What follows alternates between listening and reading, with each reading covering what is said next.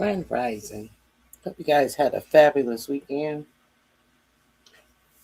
Have you guys ever noticed when you're silent, when you don't have anything to say and you just sit in utter silence? But sometimes it appears that you can hear your own heartbeat. The heart beating in this country should be like a big symphony at this point in time. Let's get into it. A lot has happened over the weekend. I talked to you, I was the last year on Thursday. I talked to you about what was going on in Tennessee, how quickly Louisiana and Tennessee, these Tennessee, the home of the Klan, uh, uh, Louisiana, the home of the Klan, uh, mother and father, cousin-in-law, cousin, sister-in-law, brother-in-law. These two deep southern states, these, well, Louisiana for sure, these poor southern states ran to erase all black representatives off their voting maps. Louisiana went as far as to suspend voting in a emergency for an emergency that they never told you what the emergency was. So let's talk about what has been going on in the Deep South. Uh, as you see, LBJ has told you guys a long time ago. All of the stuff that is going on in America right now, this is nothing new. This is some old stuff. Make America great again means to go backwards. And that is exactly what this country is doing under this administration. If you hear something new here today, something you did not know, you are more than welcome to help me meet my goals, because I am here to give news. I'm not here for you to think anything about me.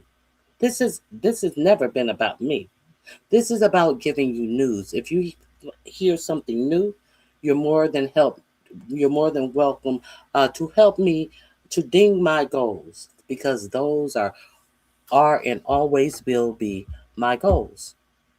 Hey, Miss Toby, it is good to see you. So we have Lyndon B. Johnson. I have always shown you this clip of Lyndon B. Johnson where he says, if you can convince the lowest white man he's better than the best colored man, he won't notice you're picking his pockets. Hell, give him somebody to look down on and he'll empty his pockets for you. This is your former president of the United States. The sad part is that none of the American casualties of sea warfare will ever make it back to American soil. The image of Donald Trump saluting thousands of empty caskets covered in the American flag. Hey, street poet, it is welcome. It is good to have you here. Hey, Red Wing Hockey, it is good to have you here as well. Drive on, Red Wing Hockey. Thank you for being here and thank you for listening. And if anyone is here who has not hit the subscription button, please feel free to subscribe to this channel. I want to get into my commentary right now. Now, the thing that we were talking about in Tennessee, they had I think that was on Friday. I was last year on Thursday, but I knew that Tennessee was going in to redraw their maps to draw out their black districts. Louisiana stopped a whole election, their primary election, to redraw their maps to draw out two black districts in the whole state of Louisiana.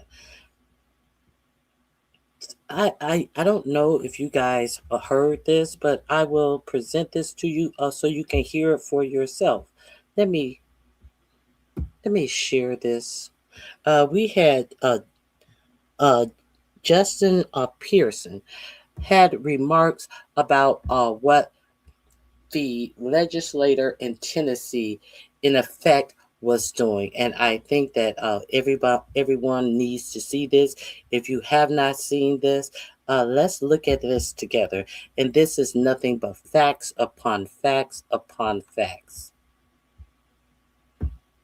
Here we go. Supremacy at the behest of the most powerful white supremacist in the United States of America, Donald J. Trump. And what you are doing today is eviscerating the only Black majority congressional district in our state because we are majority Black.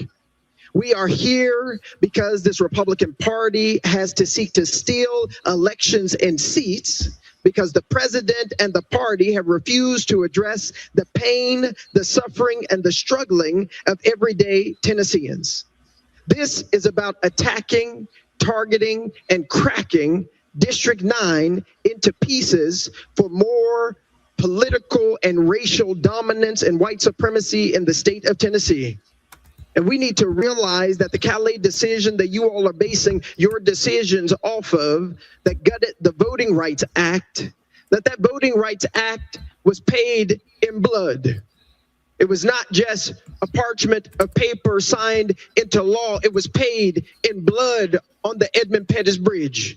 Paid in blood by Medgar Evers, paid in blood by Fannie Lou Hamer. It's been paid in blood year over year, time after time, assassination after assassination, lynching after lynching, so that more people might be able to ascertain access to this constitutional democratic republic experiment that is currently being gutted and seeking to be gutted by this chamber, by this House, this Senate, and this state. What is happening here is immoral and wrong. And I was reading my Bible early this morning, asking God why this is happening. Why, again, does it seem that white supremacy is seeming to gain? Why, again, does it seem like the pillars of pain that we have felt and experienced for over 400 years in this country continue to rise again? And whispered in the words of this Bible and in the words of those ancestors that have gone before us is just these simple words: we're still here. We are still here. This nation, this state has legislated and legalized the worst things in humanity, including our enslavement, and we are still here. Right in this country where, as one Black woman said, your ancestors enslaved us, denied us of our rights, called us 3/5 of a person, and yet we are still here. You put us on cotton plantations and tobacco plantations. You denied our human rights and our right to exist as children of God, and we are still here. You destroyed Tulsa. You killed and lynched Black folks on Poplar Tree. Shelby County, Tennessee had the most lynchings of anywhere in this state where you're taking this district, and we are still here. You've had 3 strikes laws, mass incarceration, denied us of who we are, and we are still here. And today you'll take the only majority Black district from us. But I want you to know, and I want my nephew, sons, and the future to know, no matter what you do, no matter how much you try and break us and make us bend and make us quit, we will still be here. And that of white supremacy at the behest. That is what we need to hear. So if you have not heard this speech, I've seen little shorts, I've seen it cut up, I've seen it done every which way, but indisputable. Play the full speech that Justin Pearson gave on the Tennessee state floor. And then they adjourned and they wanted to clear out the state floor. And his brother, who You may not know his brother. I forget his position. Uh, Pierce. Uh, Justin Pearson's brother. Wanted to just remain in the hall. He did not clear the hall, and then all of a sudden he had a whole lot of state troopers, Tennessee state troopers, and they were grabbing them up to push them out of the hall. And it was a lot of back and forth. Words were said. His brother was arrested. They thought that Justin Pearson was arrested, but he was not arrested. But see, it's not like you weren't warned. It's not like you weren't warned that this was going to happen. It's not like all all of us black people sat around and tried to pretend like we were important and tried to tell you why Trump's policy, when Trump ran on no policies, it's not like all of those raccoon blacks who were telling you how good the policies were for them as an independent person, as if they were rich. You know those same raccoons who never show their faces now. You notice those same raccoons who are not out here as the voting rights have been ripped from voting representation. So if you don't have any representation, you don't have any rights. That's the whole point of Clause 2 of the Voting Rights Act, was to make sure that you had someone to represent you. So what they did, they took his district, and they're trying to crack it. They're trying to separate it. Say if there's 10 voters, they're trying to put two voters in another district that has 1,000 white voters. So therefore, these two voters that they put in all of these other districts, it's just two of them. Do you think that a representative in a district with 1,002 voters, all of which are white except for the two voters, do you think that they're going to have the other two voters' interests in mind? That's why. That is why Article Article 2 of the Voting Rights Act specifically wanted to make sure that there was representation for black voters. So now that the representation has been taken away from the black voter, and not only did they take away the representation, they also gave the states an additional 30 days to do what they needed to do. The Supreme Court. But they want to pretend as if they're apolitical. They gave them 30 days, do whatever. Landry, the governor of Louisiana, suspended the election that was in progress, to suspend, to rewrite the maps and redistrict all black districts. This is what the Supreme Court, the apolitical justices of the Supreme Court did. Gave them an extra 30 days to rewrite their maps. Let's keep it a buck. Not to do what they need to do, to rewrite their maps. To be sure that coming into these midterm elections, that by hook or by crook, by hook and by crook, that the Republicans will most likely win the elections in these states. Now, let's not forget, your president is still saying that there are some states that they will probably, most likely, need to call out, not the National Guard. No, no, no, sweetie. Not ICE. No, no, no. The military. Your president is saying that there are some certain states, and it happens to be not the whole state. Words like Detroit may need to have the military out there. There's about 15 states that we may need to send the military out for the elections.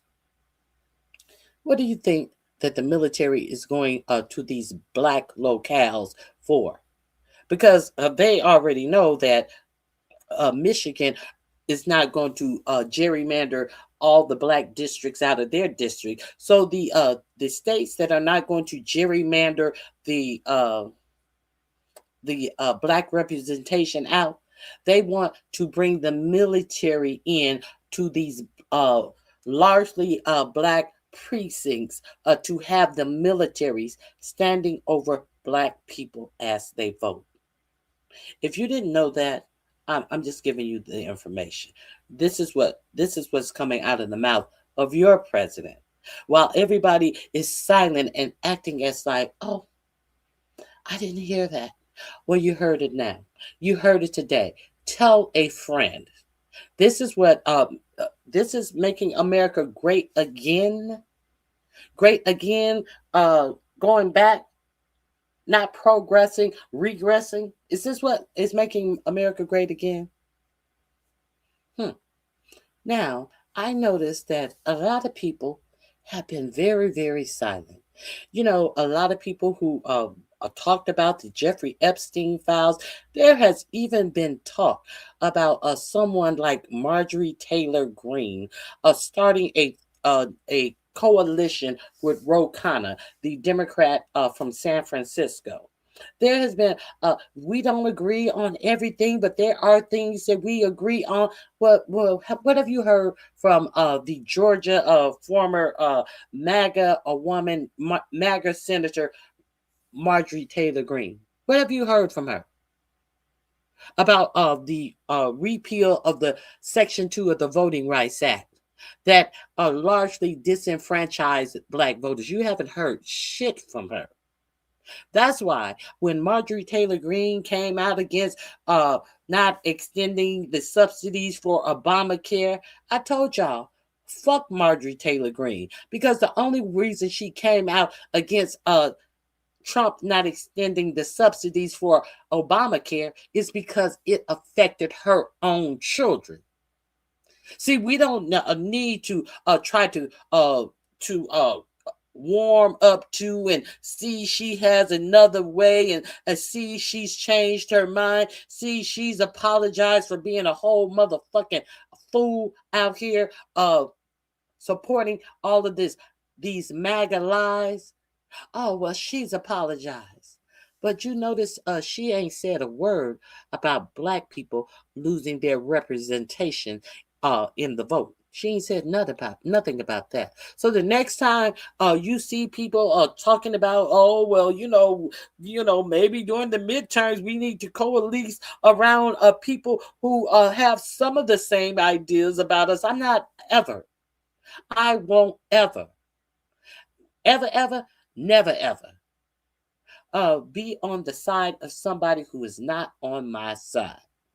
And are we going to pretend like this nation hasn't tried to be silent on things that affect the black people as a whole? Yes, this nation was silent during the Civil Rights Act, but we will not pretend like there were some non-black people who absolutely supported the Civil Rights Act.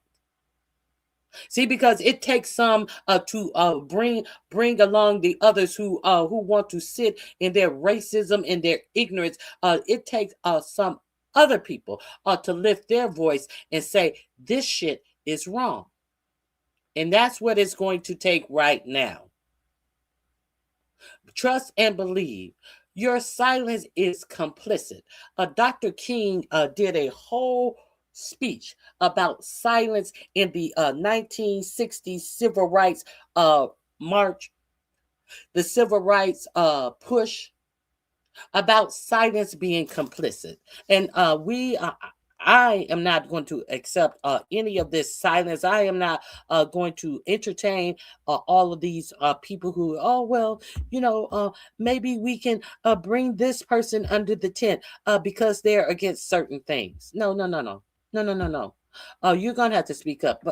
But the cherry on top of all of this is, see, the racists, they always think that they can do whatever they want to do. And then they get the poor races thinking that look at what we're doing to these black people. Look at what we're doing to these Hispanic people. Look at what we're doing to people who are not white like you. And they give the false sense of security while they're doing what? While they're picking your pockets. Hey, Barry Carey. Hey, Just My Thoughts. Hey, Nappy Child. It's good to see you. It is it is it is amazing that these poor whites don't understand that when you vote for these people, you're not getting nothing from it because everything that they're doing something for, it's not for people like you. They're taking your health care. They're taking your food assistance. They're taking your heating assistance away from you. But they want you to believe. Look at what we did to them black people, and you still walking around with no teeth in your mouth and the bottom of your feet dirty, and looking to buy some type of drug to make your reality more livable or quickly dieable. They're giving you nothing in return for this. All of their money is going on war expeditions. This is where they want to put money in as they're taking your health care away. And you act like you don't understand this. What are you getting out of the deal? What are you people who are silent and thinking that your racism just won? What have you won is the question. How does any of this improve your life or the life you live? Did that take some $2 or $3 off the price of gas that you got to pay as a white person? No, it does nothing. It does absolutely nothing for you, nor will it ever. Okay, so let's get into some more things that I wanted to share with you, just in case you guys didn't know.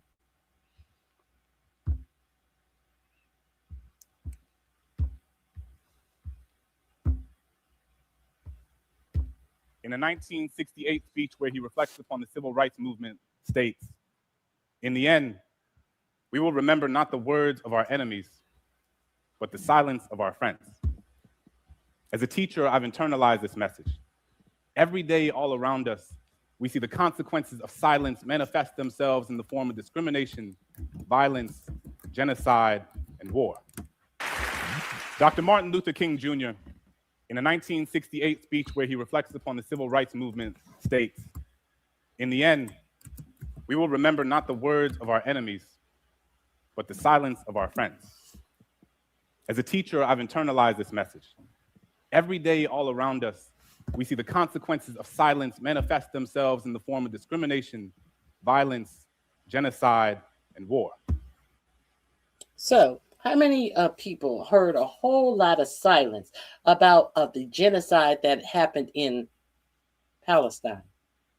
How many people heard your government tell you that they will deport people who had green cards?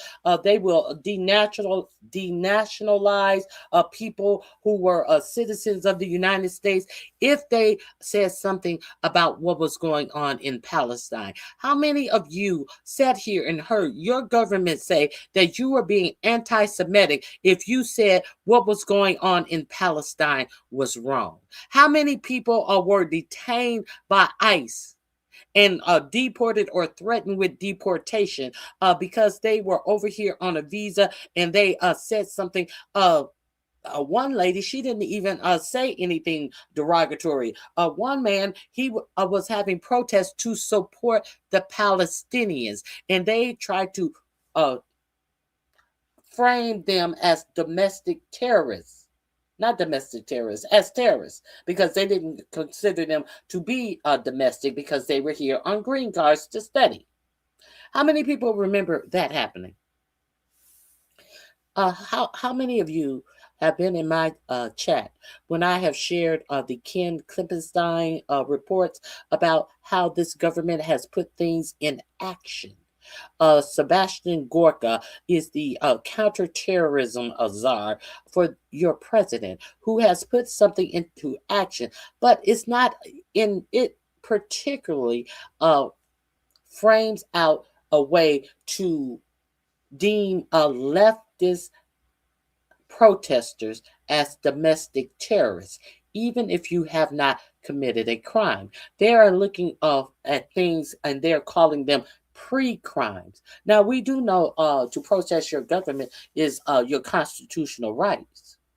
But do you know that there is a apparatus now in place that if you protest, they can arrest you, even if you have not committed a crime under some pre-crime situation that they have put in effect and to determine you a domestic terrorist?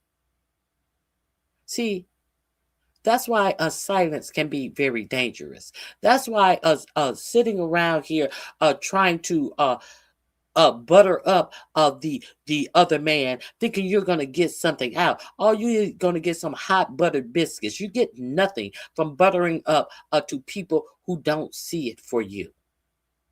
You get nothing. But what do we get? Because so many of our own wanted to butter up to try to appear like they are some superior black pony. And all they have proven to be was some dumb donkeys. I don't think donkeys are as dumb as these raccoons who were out here telling you that it would be good to vote for 45, 47. I don't think there's a donkey that dumb. Let's continue. Let's continue. All of these links are in my description box under silence. All of my links are in my description box. Let's move on.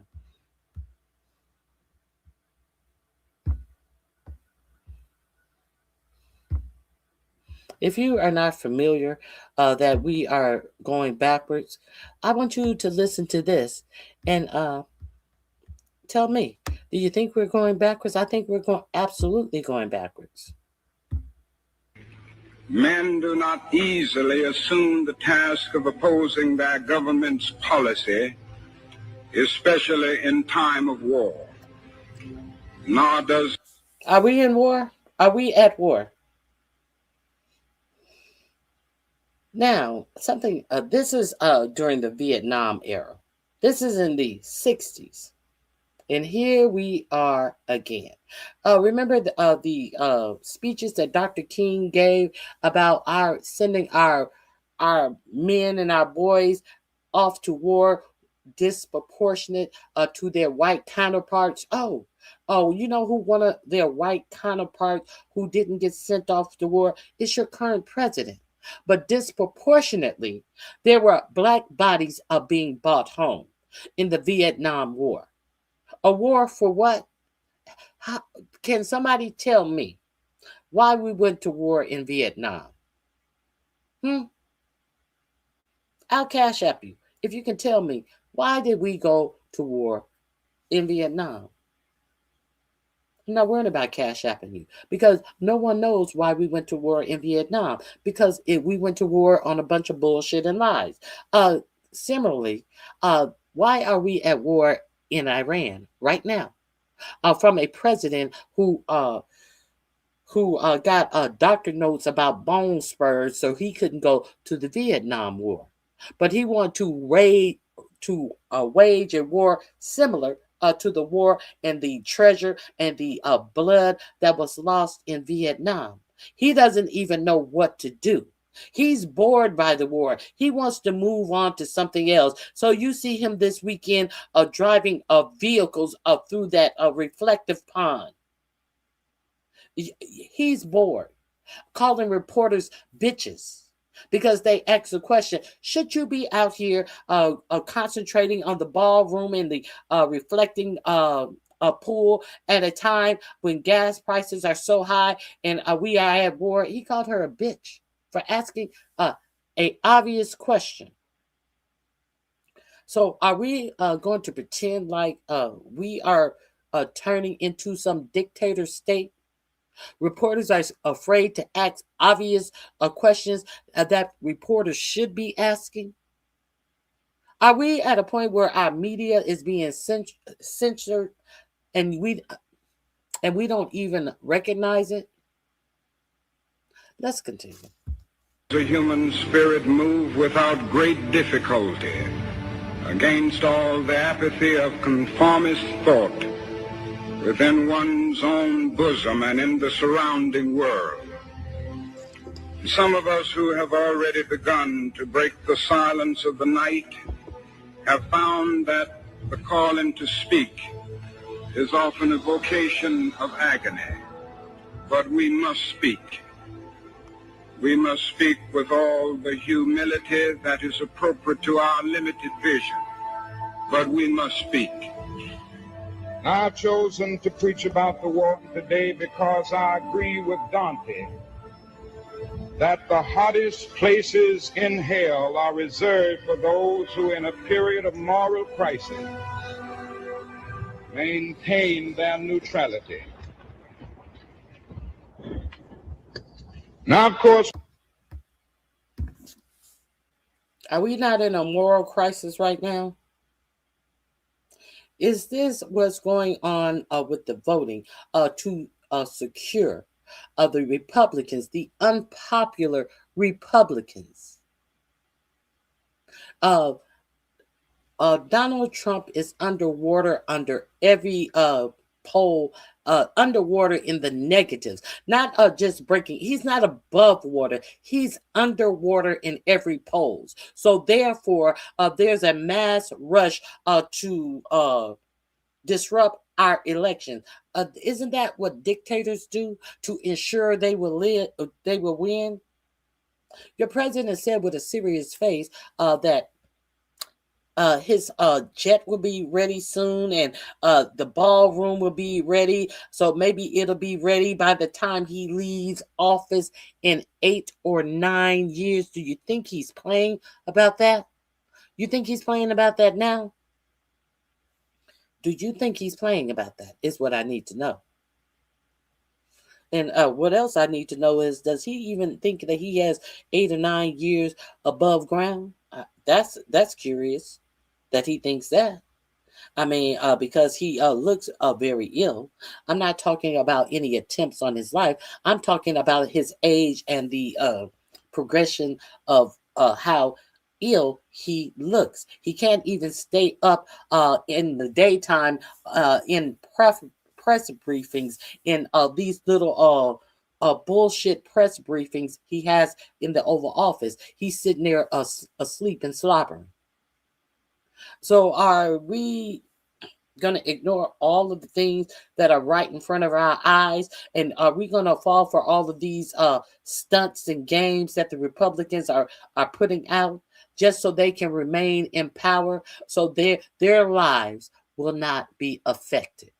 They continue to make money as they decimate the whole United States of America and the whole American way of life that people have fought and died for, to just get a hold on something symbolism of what they say that America represents.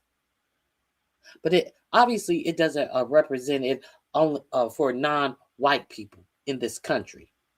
Because we see how every other race has been treated in this country. And they are trying to go back to the way that they were treating every other race in this country in the 40s, 50s, 30s, 20s. They want that to be the status quo. And if nobody speaks up about it, it will be the status quo. Now let me tell you, the title of my video, I'm not joking. I am not joking. Will some people come out and say, "Hey, we ought to enact slavery again"? Because I was over listening to Sincere Saida's yesterday, and we had a full-fledged raccoon come on her panel and say, "Oh, the raccoon who says that you should put your children in coding." When these white oligarchs are not going to hire your kids anyway, not at all. They're not looking to pay the employees that they have now. And we're going to get into that as well. They don't want to pay the employees that they have now because they want to create jobs, to take jobs away from working people and use AI. But there's a little caveat you may not be familiar with in this AI that they're trying to sell you. Do you know that AI is prompted up by real people? Do you know that AI was initially prompted up by people who go to coding and you can code AI? Do you know that AI is now propped up by people who are educated? You know, these educated people who think that they can cheat in their jobs and just have chat GPT and prompt all of these AI tools to write up presentations and all of this shit for them. You do not know. Did you think that you yourself and your prompts and approving approving the work that you get from AI and telling AI, no, well, fix this part and add X, Y, and Z. You're teaching AI for free. Your educated, stupid ass is teaching AI for free. Now, if you are not aware, AI is also hiring people who are just out of college, who cannot find jobs, who have PhDs, who have masters, who have all of this. And they are, because they cannot find jobs in this Trump economy. So they are taking jobs that AI may put up $100 an hour, $50 an hour, $60 an hour. But when you finish that project, then they drop you down to say $45 an hour, $20 an hour until you are doing anything damn near free. You cannot live as accustomed to you being able to get a job with your education in a non-Trump economy, a thriving economy. Now you are just like a motherfucking Uber driver for AI. Did you know that? Did y'all know about that? I don't think y'all knew about that. But let's continue. Let's continue about being silent. Because a lot of the raccoon. Let's get back to the raccoon who was telling you, hey, put your child in school for coding. Not send your child to college to learn anything about anything else. No, just learn about coding. Okay. Then the raccoon comes up on Sincere Saeed's panel yesterday and had the audacity with his dumb ass who wants to pretend like he is someone who give prompts and all of this, create prompts for AI. Don't know shit about AI. Now he comes his stupid ass up on a panel and say, well, they're gonna take away all the jobs and there's gonna be some universal pay.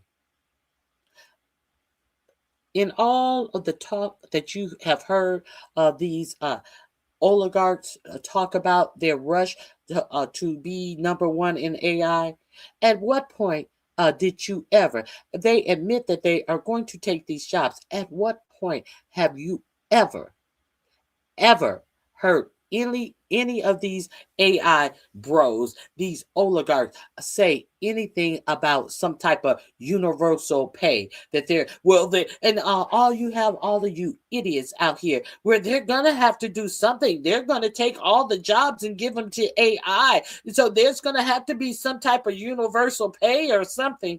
So again, for about the 17th time, do you think that these oligarchs are creating AI to take your jobs that you are doing to then in turn pay you to do nothing? This is the ignorance of these fake ass raccoons out here acting as if they are better than other people when they can't figure out simple shit. So I guess these oligarchs are going to pay for your health care too. You're going to have a universal health care and a universal pay to sit at home and do nothing as AI does all the work in America. No, they're not giving you health care because they don't want you to exist in America. Let's be real clear on that. But you have these raccoons out here who told you absolutely nothing going up into this vote until the day before the election. You better get out and vote tomorrow. This is going to be real perilous. Motherfucker, everybody can't just get up and vote tomorrow. When states have times that they give for you to register, do we not understand that this is a long game? This voting is a long game. And now you understand that these Republicans have played the long game. As you got raccoons up here popping up like Jack in the Box. You better get up and vote tomorrow. It's very perilous. But said nothing for months and months and months prior to the election, encouraging people what was at stake in this election, because they were too caught up in lowbrow bullshit as they try to pretend that they are someone who's highbrow. Now you have these idiots out here talking about there's going to have to be some, well, I guess you're going to pay it then. Because no oligarch in AI has said anything about any type of payment that they're going to give to people who they have put out of jobs. The reason they put these people out of jobs is because they don't want to pay them. What the fuck are you talking about? Let's continue. Silence. I guess silence is golden sometimes. Some of these raccoons need to say less. One of the difficulties in speaking out today grows out of the fact that there are those who are seeking to equate dissent with disloyalty. It's a dark day in our nation when high-level authorities will seek to use every method to silence dissent. And I say that those who are seeking to make it appear that anyone who opposes the war is a fool or a traitor or an enemy of our soul is a person who has taken a stand against the best in our tradition. There will be no meaningful solution until some attempt is made to know these people and hear their broken cry. And I knew that I could never again raise my voice against the violence of the oppressed in the ghettos without having first spoken clearly to the greatest purveyor of violence in the world today, my own government. We are called to speak for the weak, for the voiceless, for the victims of our nation, and for those it calls enemy. For no document from human hands can make these humans any less our brothers. We are met by deep but understandable mistrust. To speak for them is to explain this lack of confidence in Western words, and especially their distrust of American intentions now. Now that is little left to build on save bitterness. The world now demands a maturity of America that we may not be able to achieve. I am as deeply concerned about our own troops there as anything else. For it occurs to me that what we are submitting them to is not simply the brutalizing process that goes on in any war where armies face each other and seek to destroy. We are adding cynicism to the process of death. For they must know after the short period there that none of the things we claim to be fighting for are really involved. And the more sophisticated surely realize that we are on the side of the wealthy and the secure while we create a hell for the poor. Somehow this madness must cease. We must stop now. This way of settling differences is not just. A nation that continues year after year to spend more money on military defense than on programs of social uplift is approaching spiritual death. I speak as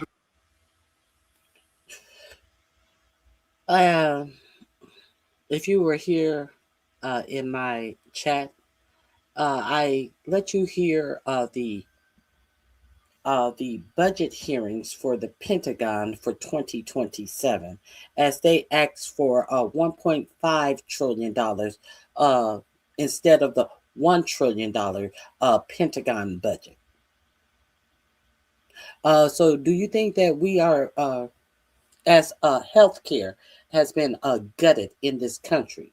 So, do you think that we are approaching a spiritual death as well as a natural death? This Hunter virus that has run rampant on this one ship, as they let the passengers go home without quarantining these passengers. As a flight attendant who was on the flight with one of these passengers has come down with this virus. As Robert F. K. Jr. is over our health and human services, as your president says, oh, I think we're going to be okay. Do you think we're going to be okay if there is another mass virus that obviously, I mean, what could the a flight attendant been doing with this passenger? Surely she wasn't doing anything handling her bodily fluids. So how is it this flight attendant got something and they have not even quarantined these people to make sure that type of stuff? They're trying to backtrace the people who they have come in contact to, instead of immediately quarantining these people. Now, they don't know who else has contracted this virus. And you know, the strangest thing about this is this was some elite cruise for the rich. You're not protected. You're not protected. A rat or a mouse can be your demise as you try to separate yourself. Oh no, I would never go on these Norwegian, or God knows I would never be on a Carnival cruise or a Virgin cruise. I need to go on some high-end elite cruise and kill everybody around me. Because I'm eating are those sesame seeds or those mice droppings? I don't know. Yummy. Citizen of the world, for the world as it stands aghast at the path we have taken. I speak as one who loves America, through the leaders of our own nation. The great initiative in this war is ours. The initiative to stop it must be ours. Okay, this is in my description box as well under silence. One more thing I want to, I believe it's this one. Okay, hold on. Let me pull up the other one that I wanted to share. Time to break silence. If you hold on, silence. Let's talk about silence. One more clip, because I want you to understand when they say that there is nothing new under the sun, that there is absolutely nothing new under the sun, and it's unfortunate that some people in their joy and their how their self-esteem is predicated on being superior to another race of people will fall for the okie doke time and time again. It is also amazing to me how some people who have been oppressed by certain situations will lull themselves into a place of false security, trying to also purport themselves to be better than their own people. Try to separate themselves from their own people. You can't separate yourself from your own people, because the one who wants to be supreme over your whole race will put you right back in your place. There comes a time in the life of every people when silence is no longer. Hold on. Let me make sure. I think this is going a little fast. Okay, here we go.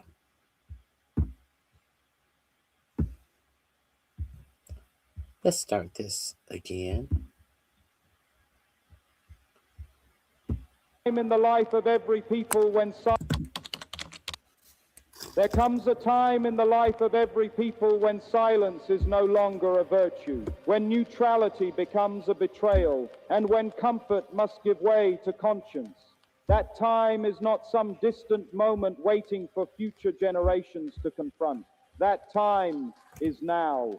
We live in a world where injustice often hides behind polite language, where suffering is explained away as unavoidable, and where those who benefit from the system urge patience from those crushed by it.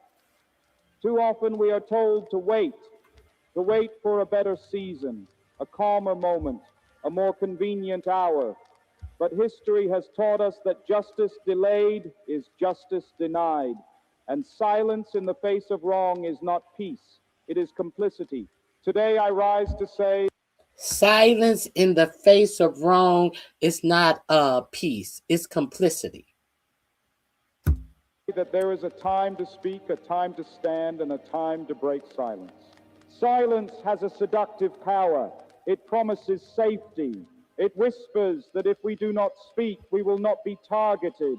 If we do not resist, we will not be harmed. But silence also...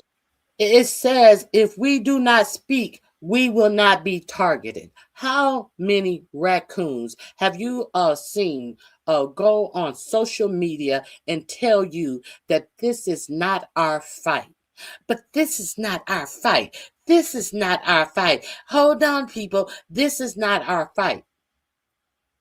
And now that your representation for the vote has been taken away, you dumb motherfuckers want to turn around and pretend like you are brand new. This has always been our fight. Because from day one coming into this administration, 4547 has been repealing the rights of Black people. But you motherfuckers sat on your asses trying to pretend to be sophisticated and act as this is not our fight. And now you're ready to give lip service to what has been going on since day one of this administration, when you were clowning around and being proficient in bullshit. You couldn't talk about this because you were too busy talking about drunks going to Las Vegas. But now you're so interested in politics. You had the ins and outs of bullshit, but you never had the ins and outs of the shit that was affecting your lives from day one of this administration. But now everybody wants to flex some, oh, I'm so political muscle. Oh, I'm so, I am so aligned with political figures, and look at me, look at me. Look at you what? We saw you. Yeah, we saw you. We saw you avoid any political commentary. We saw you. Yeah, we saw you. We saw you engage in a whole lot of ratchet ass bullshit that means nothing, that does not support the betterment of your life. Yes, we saw you. Being very, very proficient. And trying to equal the ratchetness that was presented. We saw some of you out here trying to be equally as ratchet as the ratchet. We saw all of you raccoons out here poo-pooing politics, poo-pooing. And now you want to be the grandest political representation of a certain sector of YouTube. Now you want to be the great political voice on YouTube. But you sat in silence and said nothing while this was going on. You was in a bunch of bullshit and coonery as this all went on. And then as it was going on, when you did talk about it, this is not our fight.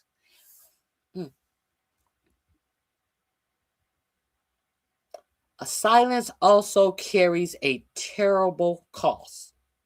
You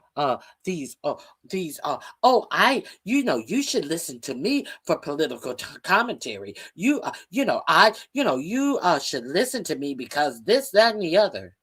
Why? Why should they listen to you? Why exactly should they listen to you? As you try to profile your connectedness to something that you never spoke on as it was happening. But now everybody should listen to you. I can't tell you everything. I can't tell you everything. You should never trust a motherfucker who is trying to pretend like they are trying to give you information, but then say, I can't tell you everything because it would jeopardize my connections. You should always side eye that motherfucker. Because of that motherfucker at the height of our people needing information, how to organize and how to get out of this, how to prevent this from happening. They said nothing, but they want to protect their alleged position in something that you don't even know that they have a position in, because these motherfucking raccoons never talked about what was going on and how it affect the black people. I'm talking about black people. I ain't talking about people of color. Let people of color talk about people of color. I'm talking about black people.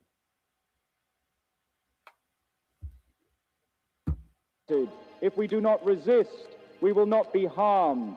But silence also carries a terrible cost. It allows injustice to grow unchecked. It numbs the conscience. It teaches future generations that moral courage is optional. This goes to you, palm colored people, too. Do you think that your silence is going to protect you? Do you think that not saying what is obvious, if somebody took all the representation from your district, from your state, would you think that, well, if I just don't say anything, well, I'm not going to rock the boat? No. Let me tell you something. Do you think that they're going to sit up here and see the United States of America remain silent as they retract the power of the vote from one group of people and not try to retract it from your ass who said nothing when it happened to someone else? Do you think it won't happen to you? Do you think that in the boldness of how this racism in this country is going, I would not be surprised if there would be a candidate in 2028 who talks about enslaving black people again. Well, we deported all our migrant workers, and we need somebody to work these fields, and nobody works them like these black people, like these niggers. Nobody can work we built the country on the backs of these niggers, and we didn't even have to pay them. We ain't paid them shit. So why don't we rebuild our economy off of the backs of slavery? Do you think it's beyond them? As they show you this overt racism that they want to marginalize any black participation in any black representation in this country? Do you think it's beyond them? I don't. I don't. Why do you think they continue to build all of these warehouse style concentration camps in the United States, all over the United States? But now everybody want to talk about politics. You ain't talking about shit. You talking some old news, some old shit that has been talked about. All of these motherfucking bitches who want to talk about politics now, did they support anybody else who were talking politics? No. There was no support of anybody else who was talking politics, and it just really it's just really a par for the course of the people who don't share you out, don't have anything to comment in your comment section, don't have anything to comment in your chat, don't do anything, but now they are the great I ams of political commentary. And And what trips me out even more than that is that you raccoon, you ass kissers who wants to be seen, who are so stupid that you can only get information from one source. I heard another raccoon who tried to pretend like she's so elite, talking about no one has taken her rights. A whole dumb raccoon. Oh, raccoon who is up here talking about the ins and outs and what I think and the conspiracy of dumb shit. Said no one has taken her rights. Really, bitch?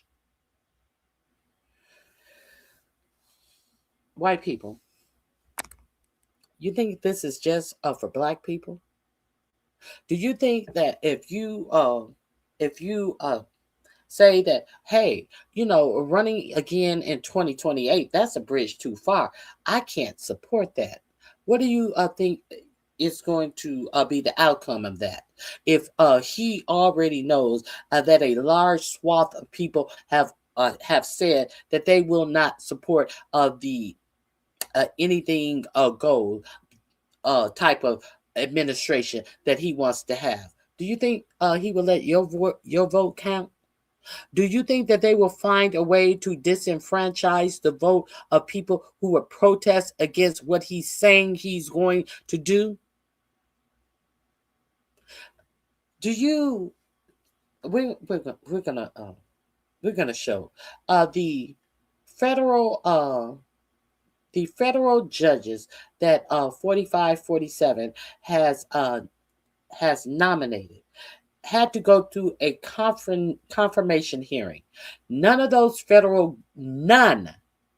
Zero of those federal judges would say that the 22nd Amendment says that a president cannot have over 2 terms in office. They would not say if that was factual in the Constitution. They had to see. These are people who are looking for lifetime have been nominated for a lifetime federal judgeship in our country. And they refuse to say if 4547 can run for president again in 2028. Are you with me? Are you paying attention? You heard him say, if you vote for me one more time, you won't have to do it anymore. I'm going to take care of this. While he was on the campaign trail. But you guys some of you guys are so busy listening to raccoons who are so bored. Oh, politics is so boring. It's so boring. Yeah, oh, this is so boring. So some of you didn't hear that. Or your chosen raccoon didn't say it, so you didn't hear it. So unless your chosen raccoon who is out here trying to impress you about material shit didn't tell you it, you don't hear it. See, because what I have always known, those who got it don't talk about it. If you got it, you ain't talking about it. Those who are used to having shit ain't used to talking about the shit they have. Those who are not used to it, they are always talking about a material bullshit. Oh, and the thing about it is, you motherfuckers who support that bullshit show that you not accustomed to a goddamn thing your goddamn selves. Those of you who are so impressed about talking about material bullshit show who you are. Let's keep it a buck. Because if you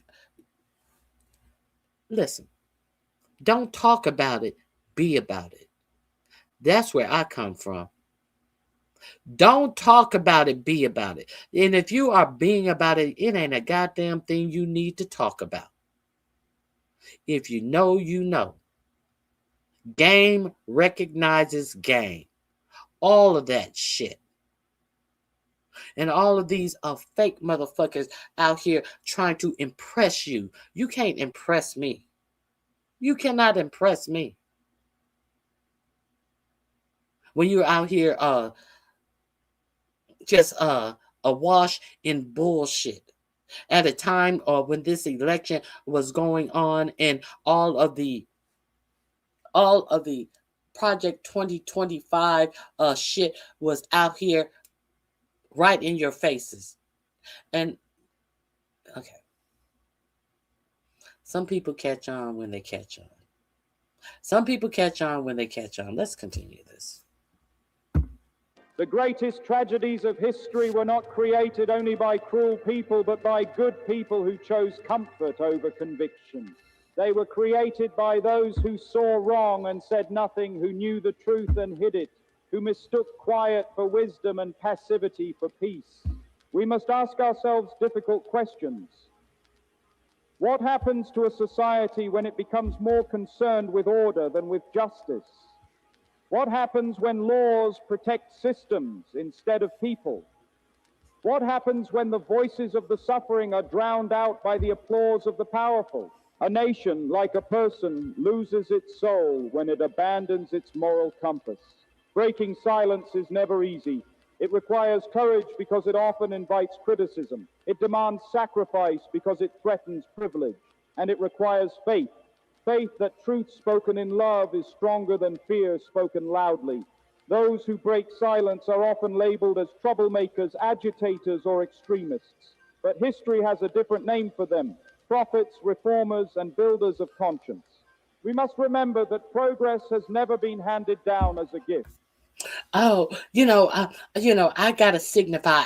I can't say it out loud because I am in a position of high authority. I am in a position of I am in an elevated position that you won't understand. So I can't risk my position. I can't present. I cannot put my position in my little pea brain mind at risk from telling the masses information. I have to protect myself. I have to protect myself.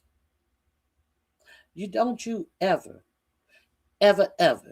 in your life at the point we are as Black people trust a motherfucker who talks about protecting their position in life, because their position in life has no protection. Their position in life, if they're a Black person like you, their position in life has absolutely the same protection that your position in life has. Don't buy into the bullshit from these raccoons. Their position in life is no different than your position. And if a motherfucker want to sit up and sit down to talk down to you and say that they have to withhold things because of their position in life, you know that is a bunch of bullshit. Coming from a raccoon motherfucker is who is full of bullshit. Let's continue. It has always been demanded by those who refuse to accept injustice as normal. Every major advance in human dignity was born when someone dared to say, "This is wrong, and it must change." There is a temptation in our time to believe that we are powerless, that systems are too large, problems too complex, and voices too small to matter. But moral progress has never depended on the size of a voice. It has depended on the clarity of its message. One voice speaking truth can shake 1,000 lives. One act of courage can inspire a movement. One act of courage can inspire a movement. One voice. But not if that voice is a pussy ass motherfucker. That pussy ass voice won't say a thing because they think that they are higher on the scale of Black life than you are. So they're not going to give you anything, and they're not going to jeopardize this imaginary high profile position that they have in life to bring their brothers up. They're not going to do the things that their and your ancestors did to help pull people up from the abyss of slavery and Jim Crow. They're not going to do it because they think they are some highbrow unicorn. They think that they are some highbrow Negro unicorn. So they're not going to do anything to jeopardize their position. You have no position, motherfucker. You have no position.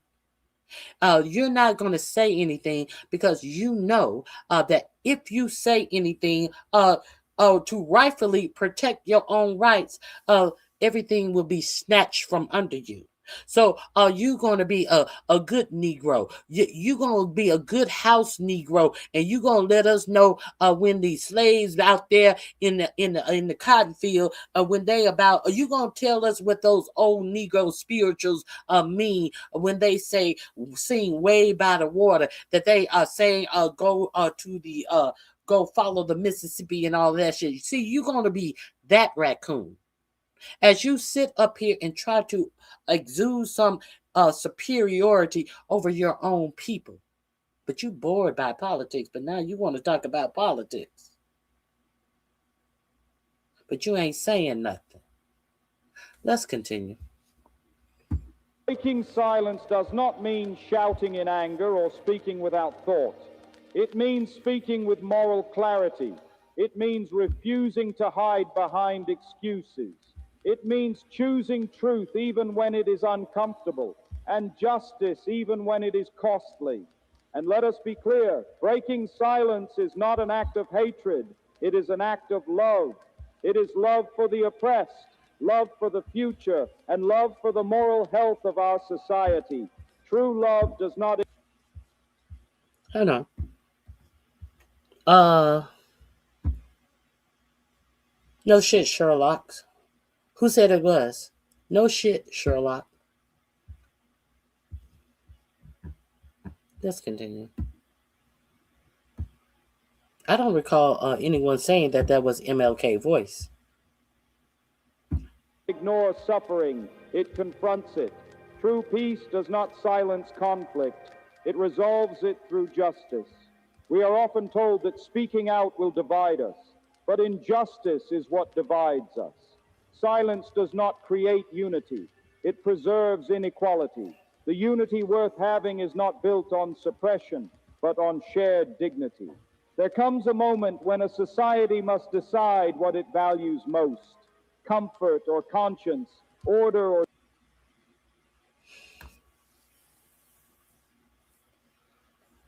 There comes a time when society must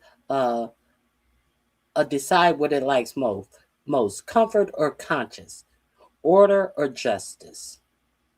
See, that's kind of like the Marjorie Taylor Greene aspect of it. She was comfortable until her conscience got rocked because her 27-year-old sons couldn't afford health care. And why were the sons 27-year-old? Because that thing that she said that was horrible, Obamacare, allowed her adult children to stay on her health insurance program until they were 26 and 27. But she still was bemoaning how horrible Obamacare was, as her 27-year-old children finally had to find their own health care insurance. But even in that, she still was shitting on Obamacare without letting you know that her children just now had to find health insurance because Obamacare allowed them to stay on her health care insurance. See, this is why you have to pay attention to what's not being said. You have to pay attention to real facts. Let's continue. Justice, fear, or hope. That decision is not made in speeches alone, but in everyday choices. In classrooms and workplaces, in places of worship and halls of government, in private conversations and public actions. Each of us must ask, what will history say about our silence? When future... Yeah, I think each of us are going to have to ask ourselves, what did our silence say about us? What has our silence said about us? What has our not paying attention to the things that affect our lives the most instead of paying attention to bullshit that has no effect on the improvement of our lives, being so wrapped up into shit that has nothing to do with the improvement of our lives. We don't have to be wrapped up in politics all the time. We have to be aware. You don't have to talk about it. You have to make yourself aware. If you can learn the lyrics to some of these ratchet ass rap songs, surely you can learn other things. Surely you can learn about things that affect you and how you live your life. If you can, what is that? What is that? What's that red girl? Oh my, something my booty holes black. What? Shirley or my booty holes brown or something. Whatever that red rapper name.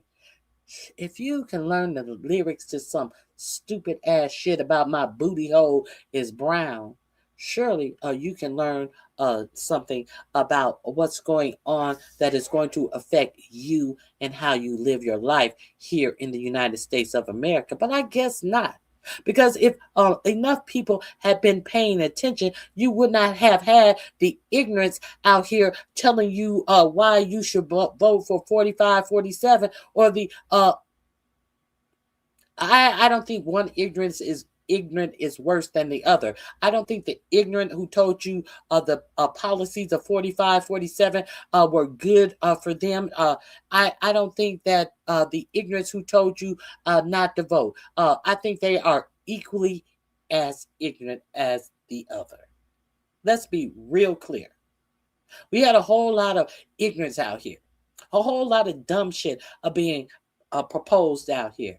How can a raccoon from Louisiana tell you that 45, 47 policies were good for him when 45, 47 didn't run on any policy? The policy had already been written up for him in Project 2025. The only policy that he said that he had was mass deportations. And even some of the dumb Hispanics thought that, oh, he's not talking about us. He's not talking about us Cubans. Oh, no, he's not talking about us. He's talking about those Mexicans and Hispanics over there in South America. He's talking about them. He's talking about them Haitians. Everybody but us.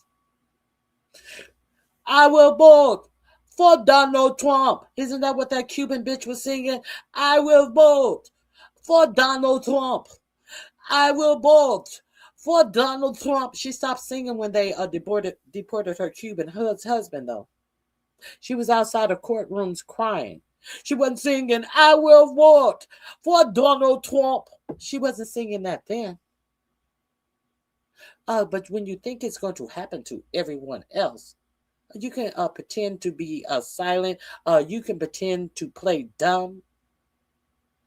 But the chickens have come home to roost. In the words of our great Malcolm X, the chickens have come home to roost. And while you got these raccoons out here talking about ain't nobody took my rights. Nobody has taken my rights. What are you talking about? My rights haven't been taken. Okay, believe that, dumb bitch. Thank you for saying the dumb shit out loud. See, anybody who watched these raccoons performing raccoons, shall we call them? Anybody who watched these performing raccoons come out here and tell you, hey, I said this. Hey, I got this going on in my life. Send me a cash app. Hey, I got that going on in my life. Send me a cash app. Hey, I got this going on. Hey, everybody got shit going on. And these motherfuckers are still out here begging you to send them money. But I guess, hey, you got to pay for your entertainment some way. I guess this is the entertainment they're giving you. I never recall having a newscaster asked me to, hey, I'm giving you the news. Hey, please give me money. Okay, let's continue. Future generations look back. Will they say we stood firm or that we stood aside? Will they say we spoke when it mattered or that we waited until it was safe?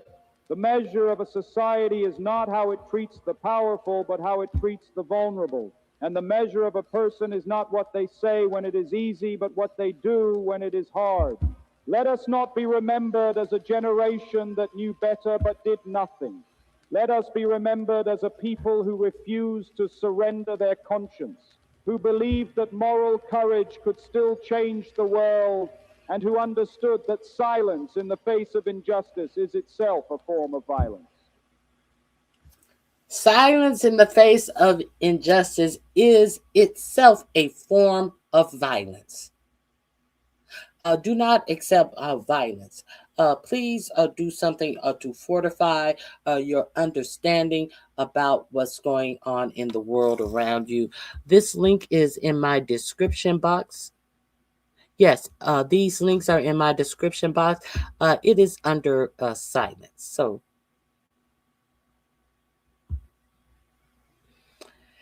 one more thing. The person who said that wasn't Dr.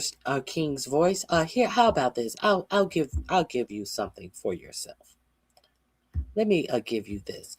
This still resonates today. Still is a fact in 2026. This right here. Let's hear this. See, because if nobody told you, ain't nothing new under the sun. This is the same old Jim Crow racism that they are trying to affect in 2026, in my opinion. But somewhere I read of the freedom of assembly. Somewhere I read of the freedom of speech. Somewhere I read of the freedom of press. Somewhere I read that the greatness of America is the right to protest far right.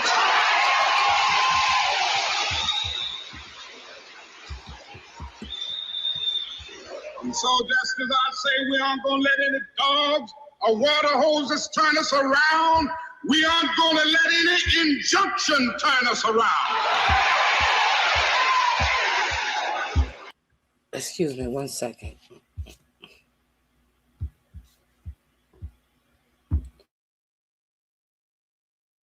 Hey, Jill. Hey, John Price. It's good to see you. Please hit the like button or tap your screen twice. Why I am playing this? This is when they gave an injunction for one of the marches that Dr. King was about to have. He said, I don't know where it's going to go after this. They can continue to stick sick dogs on us. Excuse me, I got to get something to drink. They can continue to sick dogs on us, mow us down with fire hoses, but we are going to be there. You cannot say this about the raccoon race of today. You cannot say this at all.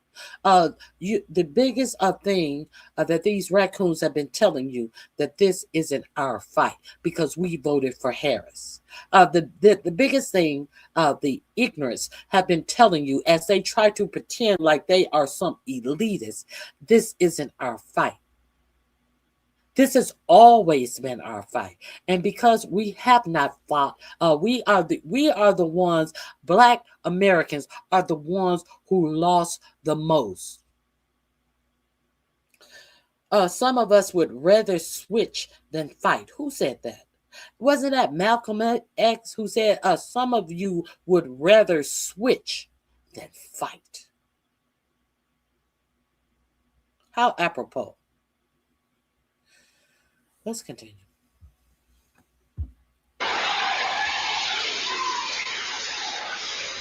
I don't know what will happen now. We've got some difficult days ahead. But it really doesn't matter with me now. because I've been to the mountaintop. Now, if you don't know where to find this, that's the mountaintop speech. I don't know what is going to happen to me now because it really doesn't matter now. What worse can they do to me? I'm going to continue to fight. I'm going to continue to fight. I'm going to continue to be over here giving you the news. You know that stuff. She over there doing the news. Don't nobody care about no politics. Where did that get you? Where did that get you? Now we're getting some half-baked news coming out here left and right.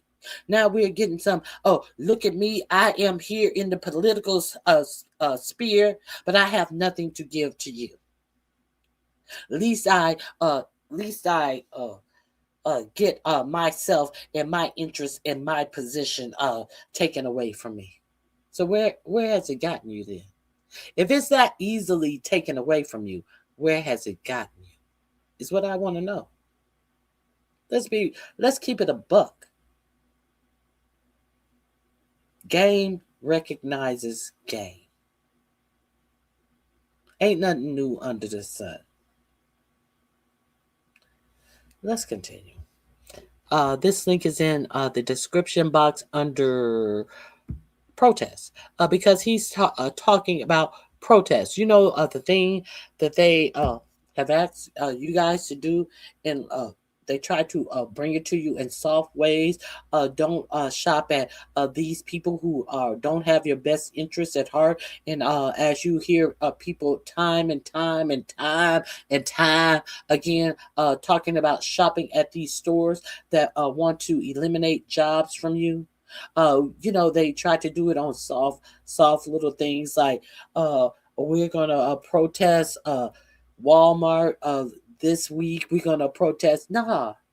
Y'all can't protest nothing because y'all want to do whatever it is y'all want to do, and ain't nobody. I'm just sneaking in. Ain't nobody paying attention. Ain't nobody paying attention. Y'all stay silent on this type of stuff. As you talk about your Amazon hauls, as you talk about your DoorDash meals, DoorDash, the supporter of 4547, to the point that they had a whole fake commercial, whole fake delivery to the White House from a bitch who lives in another state. Y'all support dumb shit. You want to talk about all the shit you got. You want to talk about the big who I am, but you can't get in your own car and go get you something to eat. Because you want to support. You want to talk about DoorDash. You want to talk about Amazon packages like it is a fucking flex. No, you're helping in your own demise. That's all you say when you say dumb shit like that. Is that I am participating in my own demise, in the demise of America. That's what you're saying. And you know who they come for first in America. It's not even the ignorant whites that they target in America. They target black people on every scale. On every scale of the spectrum of blackness. You are participating in your own demise. Like I say again, who says it best? Who said it best? If you can convince the lowest white man he's better than the best colored man, he won't notice you're picking his pocket. Hell, give him somebody to look down on and he'll empty his pockets for you. They're not trying to even hurt the white man. You are the man that they are trying to hurt. Let's keep it clear. And if need be, white man, if you say one thing out of order, why do you think they have all of these protest initiatives aimed at the left? So I guess the right-wing people, they have free reign on protesting, but they have laws enacted, they have executive orders enacted to go after any left-leaning protest. I guess left-leaning would be something that your administration is trying to push to the public. So you could be a Republican and you can finally get something that you can't stomach, and that is going to be considered domestic terrorism, because they have already if you haven't watched my channel, too bad for you. I have given you all the information. You ain't watch, don't watch. If you ain't watch, continue to watch this milk toast shit about somebody who is trying to impress you. I'm not trying to impress you. I'm trying to give you information. Let's continue. Let's continue. I think I have. What is this one? I'm giving you that one. Let me give you one more. So, after Justin Pearson gave his speech in the Tennessee State House, they adjourned the whole caucus. And this is how they exited the caucus. They weren't silent. Let's put it that way. They were not silent.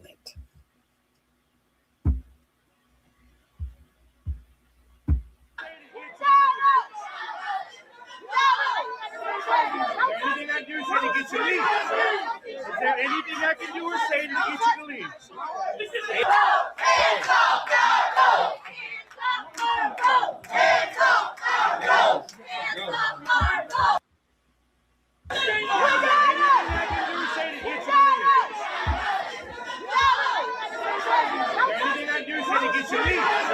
Is there anything I can do or say to get you to leave?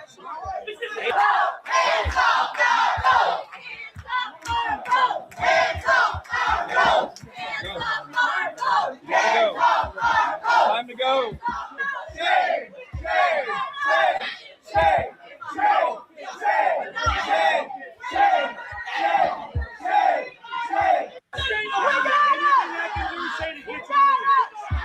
Okay, so that's in my description box under Speak Up. They also did something else. Justin Jones. I want to show you Justin Jones right quick. He is also a representative he's also a representative in Tennessee. I'll share I'll share this one with you. This is them exiting the State House in Tennessee, if you are unaware. And I'm going to show you some interviews these gentlemen gave and what they had to say. If you are unfamiliar with Justin Jones and Justin Peterson, these people have been instrumental in a lot of things that are allowed to go on in Tennessee. If you remember, there was a mass shooting at a school in Tennessee, and they suspended the 3 Democrats. I think the white lady, I think she might have been a Republican, but they spoke up against gun violence. Once again, the Tennessee State House shut down the quorum and had the 3 people who were speaking out against gun violence removed from the building. No, they didn't. They didn't have all 3 of them removed. They had the 2 black men, and they allowed the white woman who was on their side, had the same argument as the 2 black men.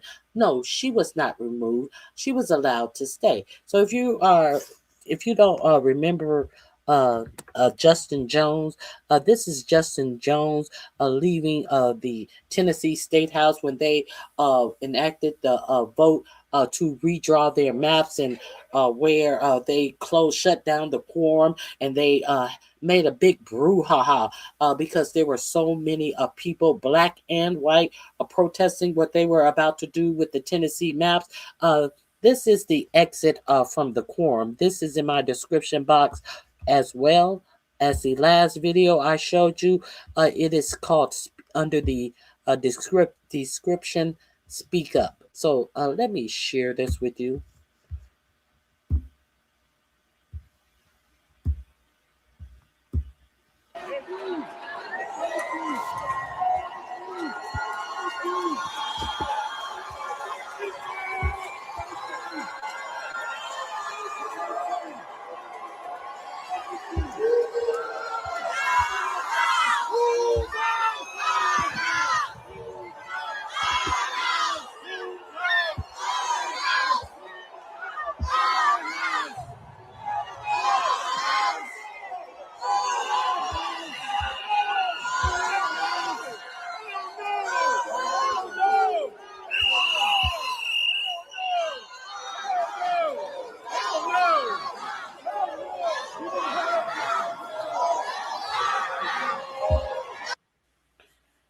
As you see there, everyone cannot remain silent.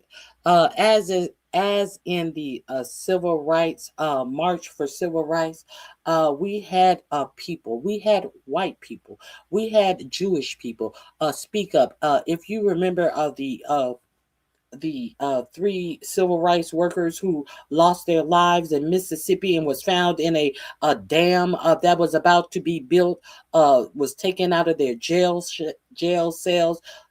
Two of those civil rights workers were Jewish Americans. So do not try to get it misconstrued that I am saying that we are the only ones. We always welcome and we always need voices to speak out about the degradation that they are trying to put Black people back into. And without those other voices, I'm not saying what wouldn't have happened. We got here with the help of the other voices of non-Black people as well. There is no time to be silent, because what is done to Black people in the United States of America can surely be done to you, because they have classified any thing that goes against what this administration want. They have figured out a way to classify it under domestic terrorism, even if you have not committed a crime. They are calling it pre-crime, based upon anything that you say, any protests you attend. All of these pre-crime determinatives have been put together, and understand that all of your social media, your calls, everything is being watched. So they are trying to instill fear in you to remain silent. Because, hey, if you say, hey, I went to the No Kings Watch, that is one of the indicators that they gave to this alleged White House Correspondents' Dinner suspect, who they told you or implied that has shot a Secret Service officer, but comes to find out that is up in the air as well. They told you that he went to and plus he went to a No Kings rally. That should be obvious. Case closed. But what cases are they going to close on you? So if you don't think it can happen to you too, it's based on something that they want to consider to be left-wing violence. When we know that on the record there has been more right-wing violence than far more than any left-wing violence. You know how they try to insinuate that the person who killed those two senators and that state senators or state congresspeople. I think they were state senators in Minnesota. They tried to say that this Trump sycophant, this MAGA sycophant, who took the lives of those state senators, was a left wing nut job. When everybody they talked to in the family. And did you notice how the media didn't play many interviews from these people who was willing to give information about this man being a MAGA nut? You notice how your for-profit media, they didn't even bother to take questions because it didn't fit the narrative that they wanted to put out here. And as your administration wants you to believe that this was some left-wing nut job, let's keep it clear. We need support.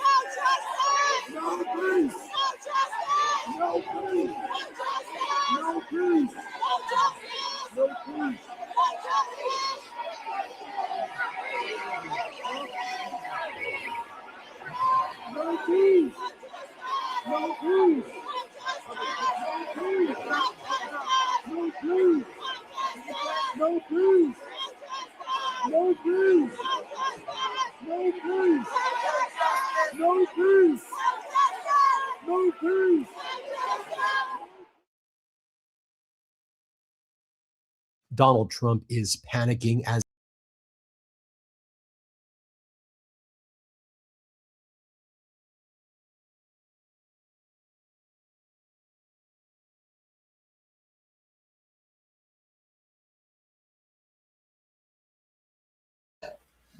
I wanted to be sure to show you that Confederate flag being burned in the State House of Tennessee. I also wanted I want to share with you some interviews that uh, Jason Pearson has given about the incident and get some clarity. Also, Jason Pearson's brother. I gave you a profile on what Jason Pearson brother has been up to. Jason Pearson brother has been the one who has been following Elon Musk AI Grok setting up carbines in in Memphis, Tennessee, a city in a black area town. 33 carbine engines, one which is large enough to give energy to a town that has lost energy via a hurricane or something like that. Not one, but 33. Elon Musk put on his property near a black city, near a black town neighborhood in Memphis, Tennessee. And without a permit, Elon Musk start running 33 of these engines, polluting the air in this Black community. Now, the NAACP is suing Elon Musk because of this, and Jason Pearson's brother has been instrumental in giving information and ringing the alarms. I believe he's an elected official. I can't recall his office, but his brother, who refused to give up his seats, the Rosa Parks of our day, who refused to give up his seat when for an unknown reason they closed down the hearing of them wanting to change going to the vote for them to change the maps in Tennessee. He has been instrumental in giving the information that has sound the alarm about Elon Musk poisoning a Black community. So he was arrested. So let's see what Jason Peterson has to say about his brother and about the whole situation. He did an interview that I want to show you his latest interview. They actually thought that he may have been arrested. So he was on TYT with Rashad Ritchie. I want to play that interview for you right now.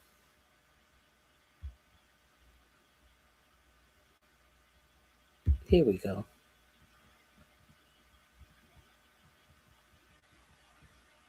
Here we go.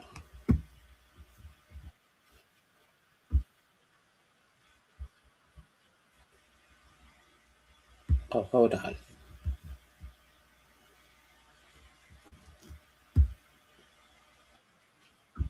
Here we go. Let me share this with you.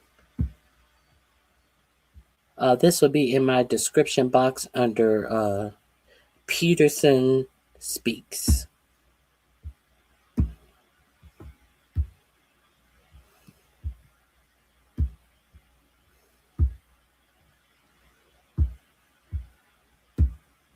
We have on the show Representative Justin Pearson, who has been in the headlines. Did I say Peterson? I said Pearson. Recently for standing up against the new era Jim Crow. Representative, good day. Welcome. Thanks so much for having me. Always good to be here with you, Doc. Well, thank you, brother. My production team and I, we had to have a discussion because we didn't know if they had arrested you or not at the Capitol. We weren't sure if they were going to try to arrest you later or, file a warrant later. They've done these things before. Tennessee is in the battle of her life, given the racist remapping or redistricting plan that has been illegally signed, in my opinion, by the governor. If you could give us the background to that and also the new lawsuit that's being filed by you and other candidates. Yeah, after the Colley decision from the Supreme Court, a lot of the folks in the South, particularly in Tennessee, Mississippi, Alabama, have sought to take away Black representation. Immediately after that court decision, Senator Marsha Blackburn, who's running for governor of Tennessee, said there needs to be a special session. Donald Trump called the governor of Tennessee, Bill Lee. He announced a special session for us to come back after ending our business for the year, but to come back in order to pass this racist map in support of the white supremacist Donald Trump, to continue to push racist redistricting, especially in the South. Tennessee only has one majority Black district, only one Democratic district in the entire state. And they, in essence, cracked it into three to dilute Black political voting power. So I'm suing. Chaz Mulder, another person running for Congress, is suing, as well as some of our constituents who had already expected us to run for certain districts, already have been giving and donating to our campaigns. And now the state of Tennessee is looking to steal the election for Donald Trump.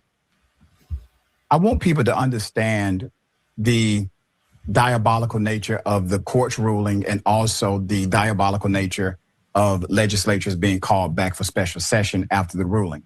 So the court basically said, the high court basically said that you can, in fact, have maps that disproportionately and negatively impact Black people. You can now have those maps. They have no issue with those maps, according to the logic of the Supreme Court or the majority of the court. As long as the methodology or the process to get to the racist outcome wasn't racist itself, meaning your intent wasn't racist, which we've never had that standard in any civil dynamic, because in civil dynamics, you care much more about the impact of a policy rather than the reasoning into the policy itself. Why do you believe the court decided to twist itself in a knot in order to make this new ruling? Because they're upholding white supremacy. I mean, this has been an experiment for white supremacists, for Heritage Foundation, for decades. Ever since the Voting Rights Act was passed, white people in positions of power have been finding ways and trying to find ways to take away its strength, to dilute what it was intended to do, which was to create a more pluralistic, multiracial democracy. And that has been the experiment, obviously, since the country was founded 250 years ago, where Black folks were not considered equals. This is the new 3/5 compromise, where our bodies are quite literally being counted as a part of representation, but we aren't adequately being given opportunities to have voice. And so it makes it much more difficult to get to have Black representation, people from other communities and backgrounds represented. Doesn't mean it's impossible, but it does make it significantly more difficult. And it is being done right now at the behest of the President of the United States, because he doesn't want to win the midterms. They're willing to break democracy, take and violate Black folks' right to the ballot box in order to appease one man who's the President of the United States. Is sickening. Their proximity to power was always more value to them than their proximity to principle. And you see that being played out now. I want to talk about self-determination. I see this as a massive way to eliminate self-determination from communities of color in particular. And voting is one of those methods. It's a catalyst for self-determination. Economics is a catalyst for self-determination. Education is a catalyst for self-determination.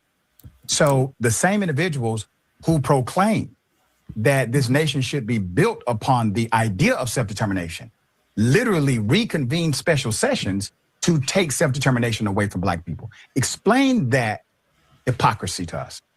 Yeah, I mean, if you're looking for a rational reason, there isn't one, right? It is hypocrisy. Everything that they are doing is entirely hypocritical and antithetical to the positions that they have held for a very long time in the Republican Party and as conservatives, that government shouldn't overreach. That government shouldn't, force communities to do things that those communities don't want to do. States' rights was a really big push for people, for the reason that they had the Confederacy in the first place, was because government was seemingly overreaching. But as long as they are overreaching to step on the rights of Black people, as long as they are overreaching to elevate the issues of billionaires and hurt poor people, poor white, poor Black, as long as they are doing things to hurt immigrants, then they find it within themselves to acquiesce and say, well, it's not that hypocritical. It's not that much of a problem, because they are looking through a very particular lens of whiteness. They're looking through a very particular lens of white supremacy, and a very particular lens that says we've got to do whatever we've got to do to take Black people's power, authority, agency, right to self-determination away, because we can do it better for them. That's the mentality that they're operating off of, and it's deadly. And it costs us so much to have the Voting Rights Act in the first place, to see it dismantled and eviscerated in this way by these Klan leaders at the Tennessee General Assembly and the governor.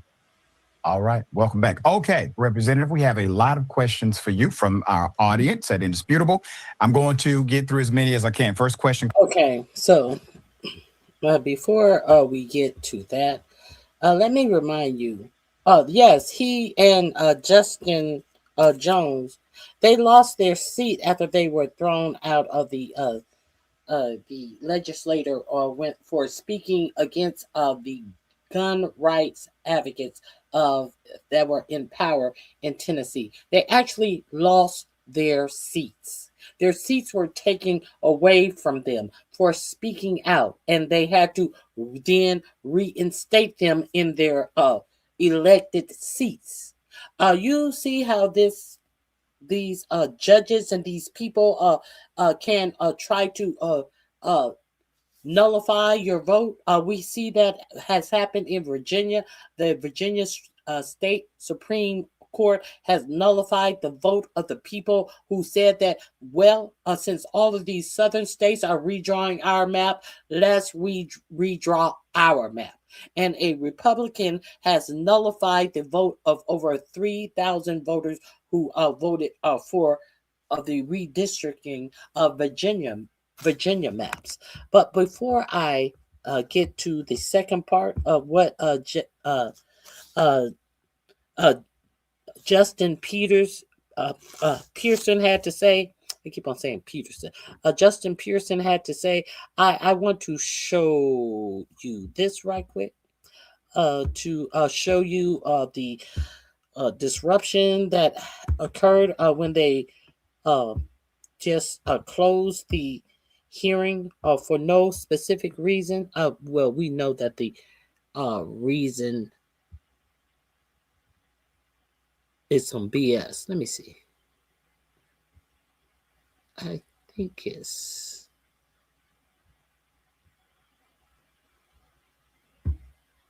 No, it's not that one. Let me share this with you. Here we see right here, Tennessee Representative Justin Pearson speaks after being reinstated. This was 3 years ago. 3 years ago, he speaks before his expulsion vote. They voted to expel him 3 years ago. And then what happened? They had to reinstate him. Let's get into the commotion, the brouhaha that went down. When this is his brother, they are trying to arrest. Let me share this with you. Let me make sure I'm sharing the screen with you. Yes, I'm sharing the screen. This is his brother right here. His brother who is fighting for black people in Memphis, where Elon Musk just decided to put up 33 big probines. What is it? Big engines to give energy for his AI data center, and have the engines blowing off all of this exhaust, 33 huge engines into Memphis, a black neighborhood. This is his brother.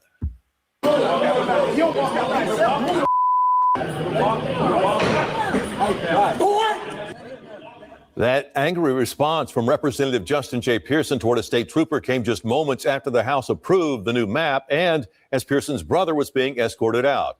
Our Raven Copeland has the response from Pearson and the other side of the aisle. Tense moments playing out in the State House floors gallery as Tennessee lawmakers concluded the special session over redistricting. Let's remind ourselves that while we're here in this special session... Mr. Trooper, please clear out that balcony over there. Please clear out the balcony.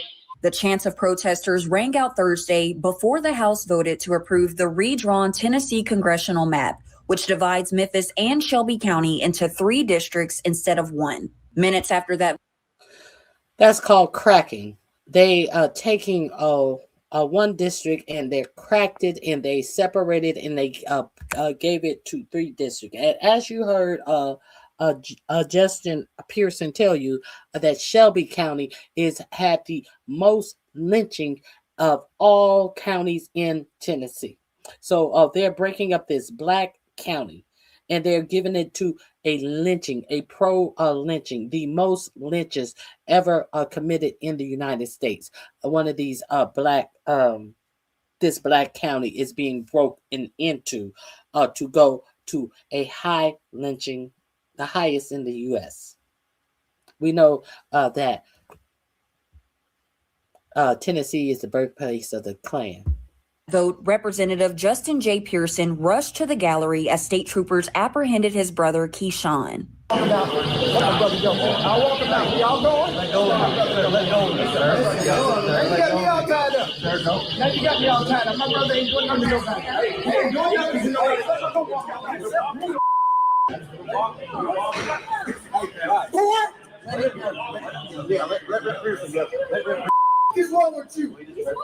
U.S. Senator Marsha Blackburn tweeted about the situation, saying in part, quote, Representative Pearson's erratic behavior towards state troopers is unbecoming of any elected officials and shameful.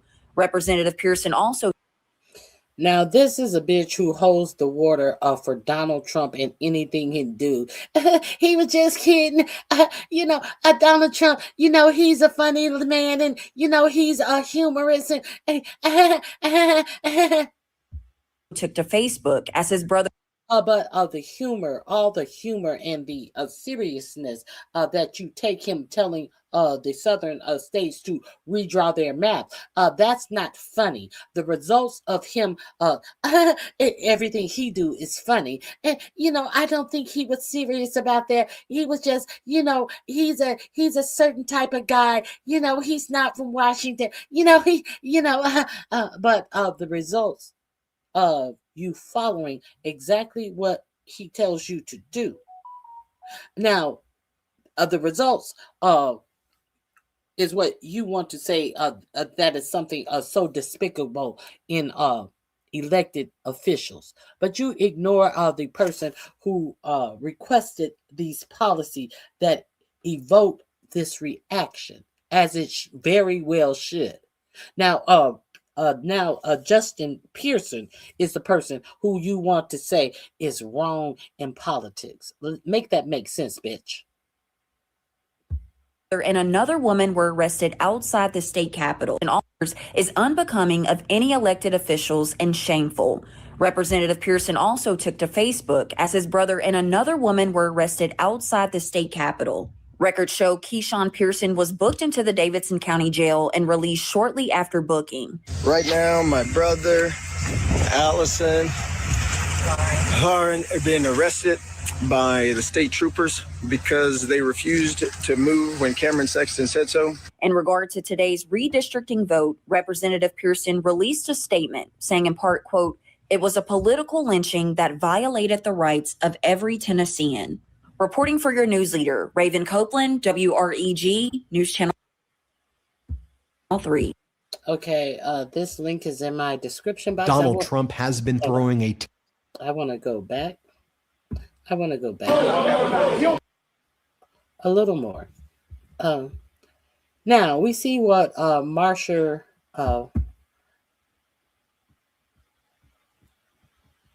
had to say. Blackburn. We saw what she had to say. Now, let's see what I think his name is Tim Burchett. Let's see what this nimnut, Tim Burchett. He demands jail time for Justin Pearson. Tim Burchett. Why is that important?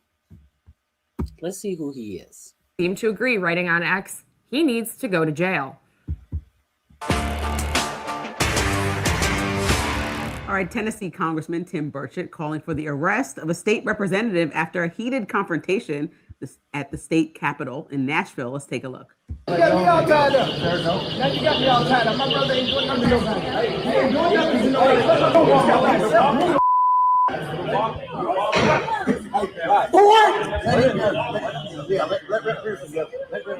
What's wrong with you? Now that man, Representative Justin Pearson, getting into it with a Tennessee Highway Patrol trooper after the conclusion of a special session that redrew Tennessee's congressional map. The new map would split his hometown of Memphis, previously a single majority Black district, between 3 new districts. That effort sparked protests in the State House gallery where that confrontation happened.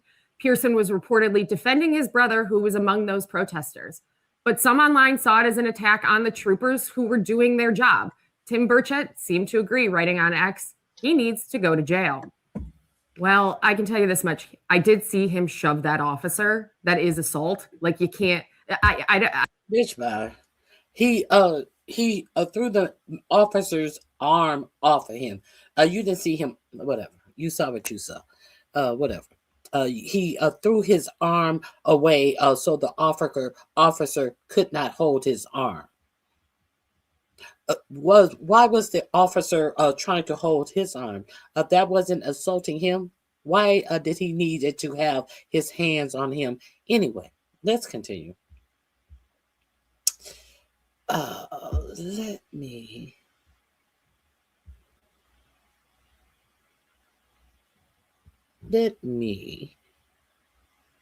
me go here. Let's see who Tim Burchett is.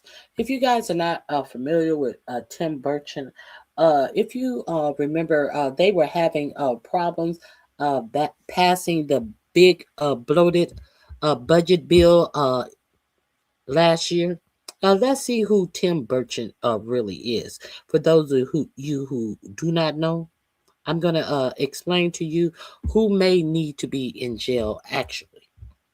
Tim Burchett that says that Pearson needs to be in jail. How about you, Tim? Hey, can we put you in jail? Because what you did for little charms is just disgusting. Let me introduce you to Burchett, shall I? Let me share my screen with you. I'll let him tell you in his own words. I'll let him tell you in his own words. He had a couple of hesitations about this big bloated budget bill and how good it would be for his state of Tennessee and what brought him around. I showed you this when it happened, when we were over here doing the boring news. I showed you this when it happened. Trump won over Republican budget holdouts with some crappy merch. Yes, Tim Burchett went in to meet with President Trump because he had some qualms about that big, beautiful bill that they like to call it, that bill that cut healthcare, closes down hospitals. That bill.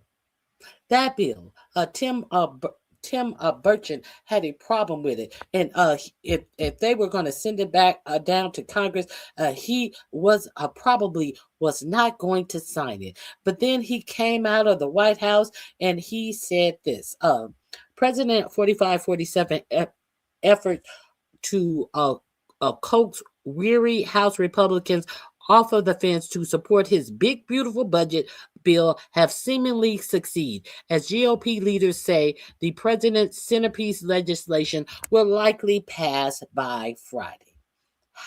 What did he do to make it succeed?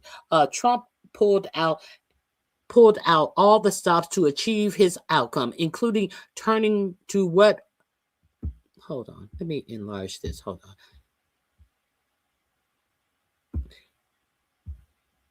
Okay, here we go. Oh, Lord. I didn't want that. Okay.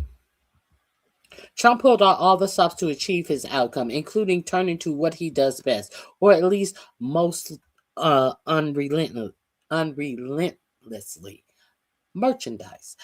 The president had commoditize his image and the office of the president like no other, constantly hawking Trump-branded products from his trademark MAGA hats to a more peculiar products like cryptocurrency, cell phones, shoes, Bibles, guitars, watches, and most recently, a fragrance. I wonder if it smells like those farts that they say he rip off in that, dump in his diaper that has all of the people around him frowning up and holding their nose all of a sudden. I wonder if that fragrance smells like that. Given Trump's penchant for merchandising, it is perhaps no surprise he may. Hold on. How come I can't continue reading? Come on. Okay.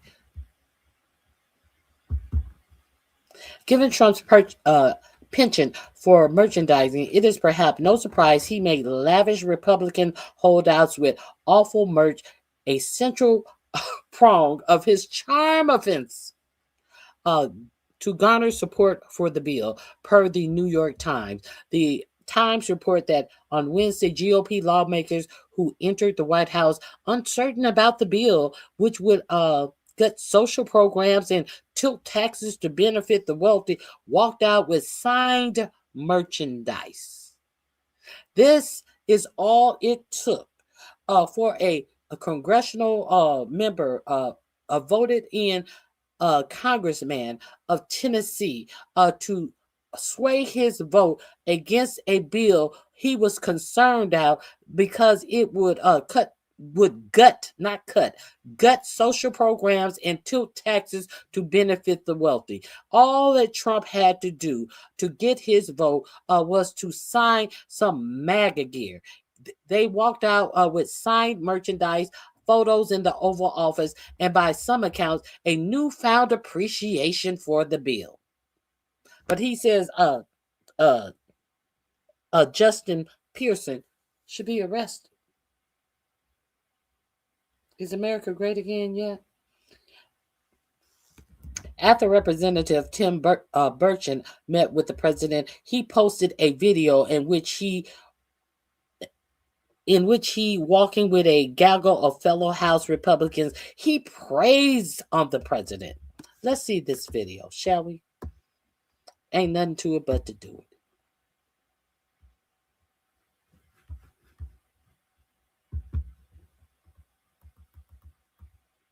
Hold on, let me get the volume.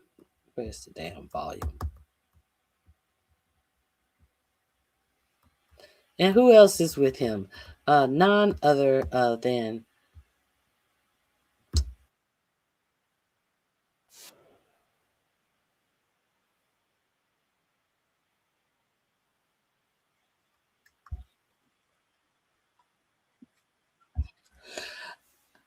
he told me he liked seeing me on TV, which is kind of cool. The president was funny, lovely, told me he liked seeing me on TV, which is kind of cool. Who needs to be in jail, sir? Whom?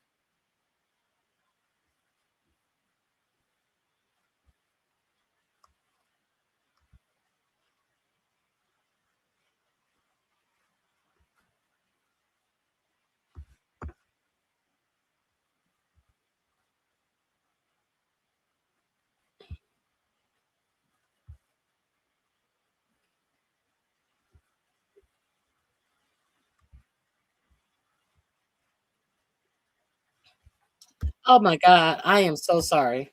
Hold on. Hold on. I apologize. I thought you guys could hear that. Let me that's why I like Ken Klippenstein. When you clip on his embedded links, they show right up. I have to go out and come back in. Let me share. Let me share on my screen and hear what it costs to get Tim Burchett to wax poetically about 4547's tax bill that he was hesitant against because he didn't want to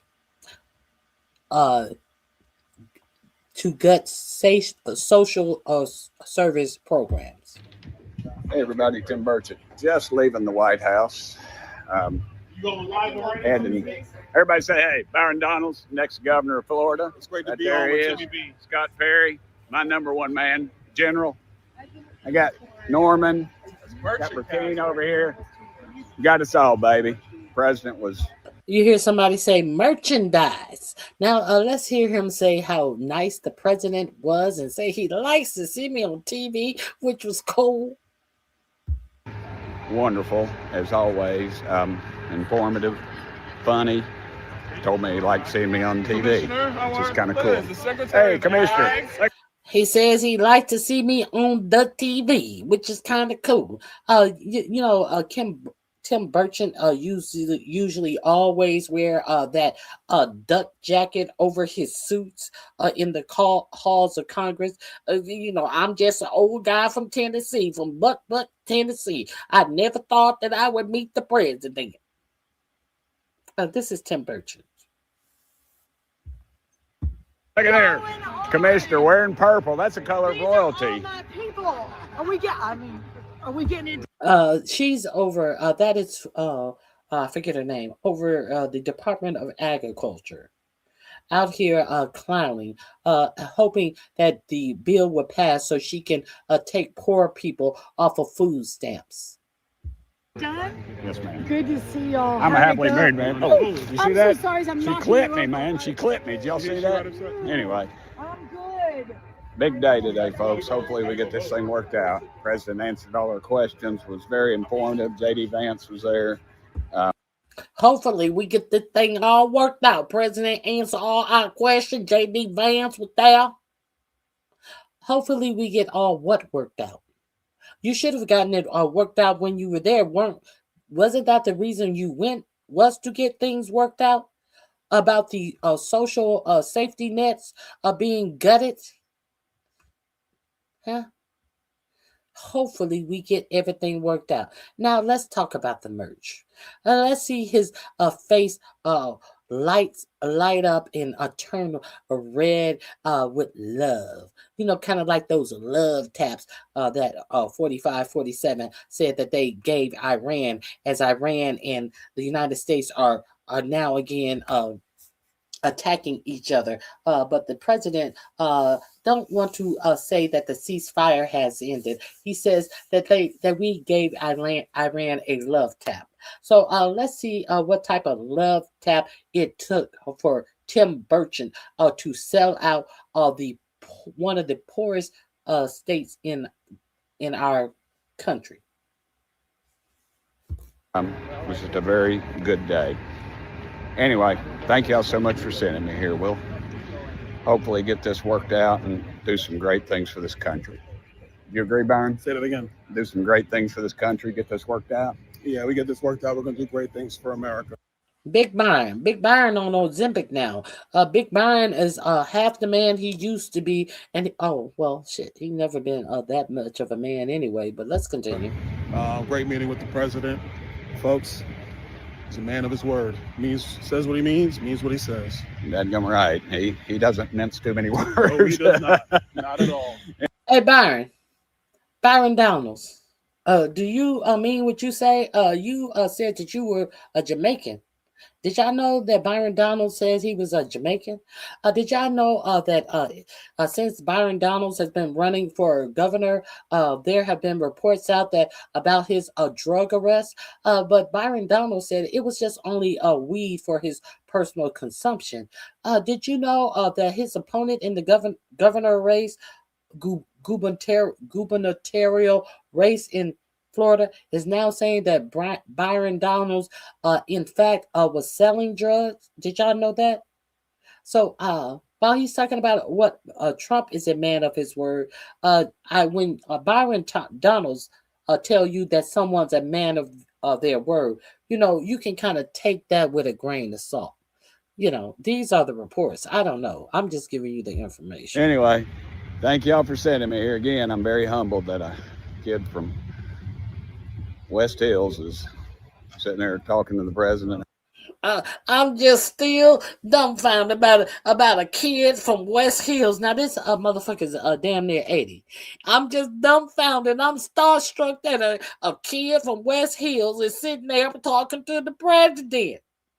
Also, all of the concerns about the social safety nets went out the window because a kid from West Hills is sitting there talking to the president, getting signed MAGA hats and signed MAGA 2028 shirts. So fuck you, my constituents. I'm just a kid from West Hills that's sitting here talking to the president. having a very good conversation. And thank y'all so much for sending me here. I'm incredibly humbled. What he signed for you? Yeah, he signed a bunch of stuff. It's cool. Anyway. You signed, but he signed what he signed for you. He signed a bunch of stuff. It's cool. Now, who exactly should be in jail? Who exactly is not fighting for their constituents and got mowed down and rolled over for cutting social safety nets for your constituents in Tennessee for some signed merchandise? Let's be clear. All of the merchandise that Donald Trump gives away has he has a whole merch shop in the White House. Now, all of that merch is under his trademark. So all the merch that he quote unquote gives away, there's a price attached to that is reimbursed to that company, his own merchandise company. You know how they changed the West Palm Beach Airport to the Donald J. Trump Airport. Now, everything that is sold in that airport is merchandise by the Trump brand. All the money from anything sold in that airport is going to profit Donald Trump. Now, this is what Tim Burchett sold out for. If you did not know, he's calling for the arrest of someone who is actually fighting for his constituents, actually fighting to keep the rights of his constituents. See, these are the people that we have in big government. The president was wonderful, as always, informative, funny. He told me he liked seeing me on TV, which was kind of cool. And I quote, you don't believe that I'm actually quoting Burchett? Let's quote Burchett. Here it is, right here. Right here. Where'd it go? I was just quoting him. Where'd it go? Last night, a bunch of Republicans in the House were saying how awful this bill was. Only took a couple of hours, some merch, and a few words from Donald Trump, and they are lining up to rip away health care from 17 million people. I'm sadly not surprised, says Elizabeth Warren, but I'm still outraged. So there it is. Your government at work.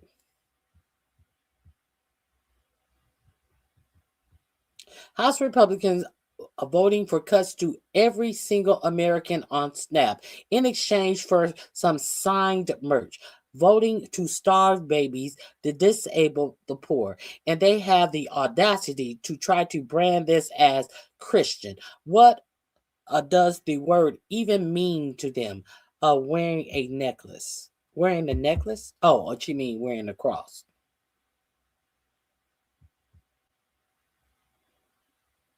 A conga line of aghast Republican lawmakers filed through the West Wing on Wednesday, hemming and hawing about Trump's bill. They walked out with signed merchandise and photos in the Oval Office. Isn't that interesting? So that's what's going on in Tennessee. Shall we move forward? I think we can move forward now. I think that's all that I have. Oh, we need to go. Well, I'm going to drop the link for the full interview that Justin Pearson did with the Midas Touch. I think it's here. Oh, but you guys know that they are actually saying that Justin Pearson is a fraud. They're saying that he's a fake. They are saying this man is a fake. Now, the actual nerves. Let me see.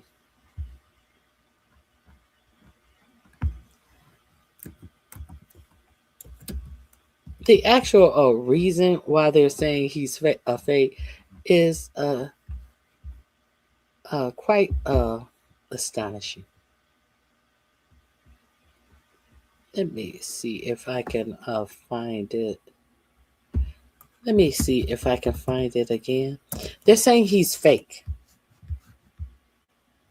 None other than the right-wing hack jobs are saying he's fake. Let me see. Let me see if I can find it right quick. Hold on. I hate that I didn't save it. Because the audacity, let me see.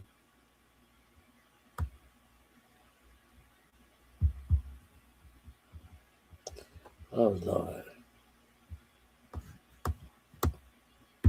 Here we go. This is why they are saying this man is fake.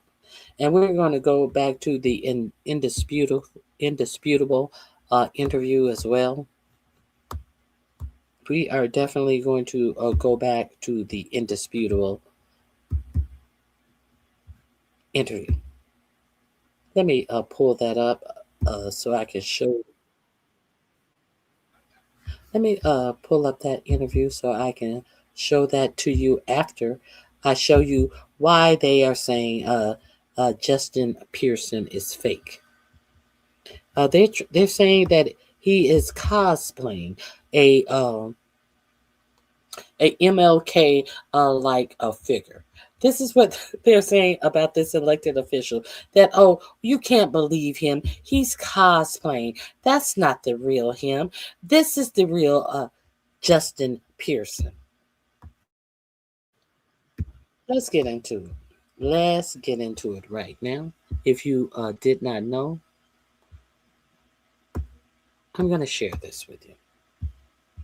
The audacity.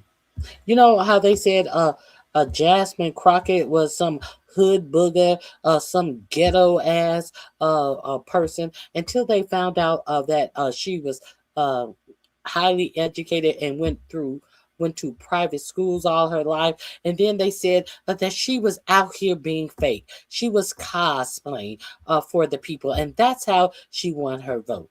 So now they are saying the same thing about Justin Pearson. Now I'm going to put this in my description box under... What am I going to put this under? I am going to put this under Pearson Speaks. All of this is going to go under Pearson Speaks. So you can see what is being put out about this young Black elected official. One of the questions that he was asked on Indisputable was he considering jumping in the 2026 election. And he said, well, no, I'm not old enough to run for president right now.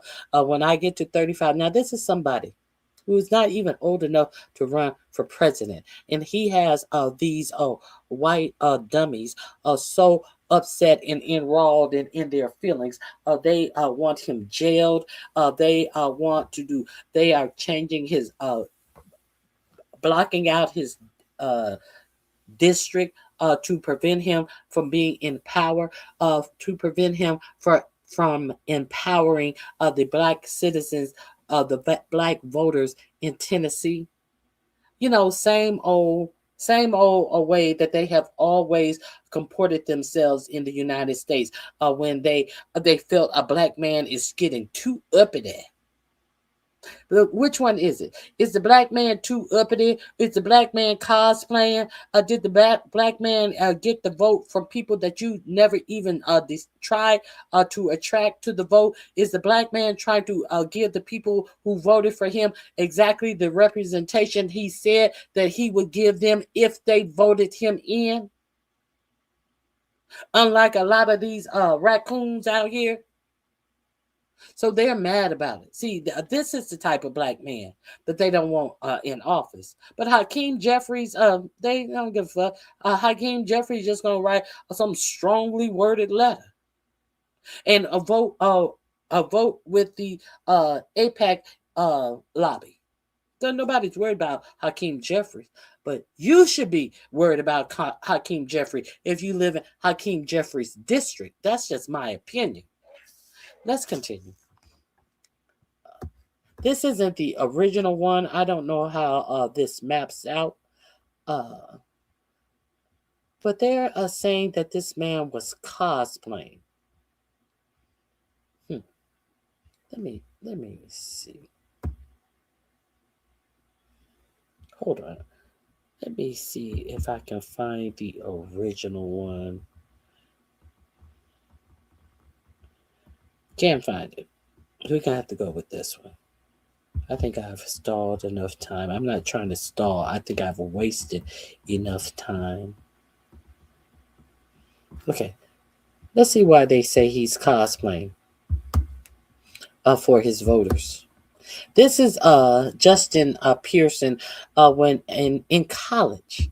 Now understand, he is out of college. He is an elected official, and he's still not 35 years old. They're saying he was cosplaying because he did an ad. He was running for office at his college. Let's see the ad. J. Pearson, and I'm running for president of BSG. There are a few reasons that we're running this campaign this year. One has to do with representation. How can we represent all voices in a conversation? I wanted to do this by partnering with organizations from the up with rafters of courage covering us, with doors that are open to everybody in the state of Tennessee, not just rich somebodies, but everybody, not who brings. Okay, so they said he flip-flopped. But he said in his first message that he wanted to bring forth all voices. Did he not say that? One has to do with representation. How can we represent all voices in a conversation? I wanted to. How can we represent all voices in a conversation?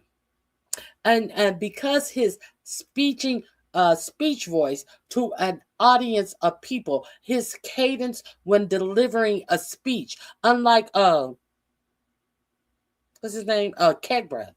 Reading two words, we will destroy the enemy at all costs. As he's reading from these words, as Pete Kegbreath read, we will commit mass annihilation in the region until they call uncle. As he reads this, so they have nothing to say about Kegbreath reading a paragraph 2 words at a time to try to sound rough and tough. But all of a sudden, this black man speech cadence being different. They're telling you that he is being fake. He's cosplaying. He's doing a commercial here. Now the next footage, he's doing speeches. Let's play. Do this by partnering with organizations from the up with rafters of courage covering us, with doors that are open to everybody in the state of Tennessee, not just rich somebodies, but everybody, not who brings those who've been marginalized and excluded into this place and tells them that you still have a voice, that you still are somebody, and that the movement for love and justice cannot be stopped because we've still got a heartbeat, because we've still. Do we understand that this is a speech? Do we not understand that this is exactly what this is, a speech? They go further to put a clown face over his face to make it seem as if he's fake cosplaying. I can't find the original one that I had where there was actually a person telling you that he was cosplaying. So now, we saw the commercial ad. That's what we saw.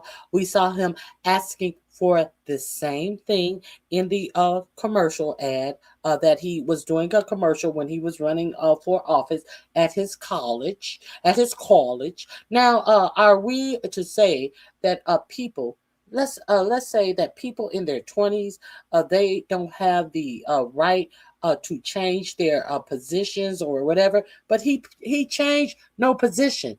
The only thing that changed was the occasion in which he was speaking. He was doing a commercial. He had his voice on to tell you, to inform you of what he was doing. The next one, he was giving a speech in front of people.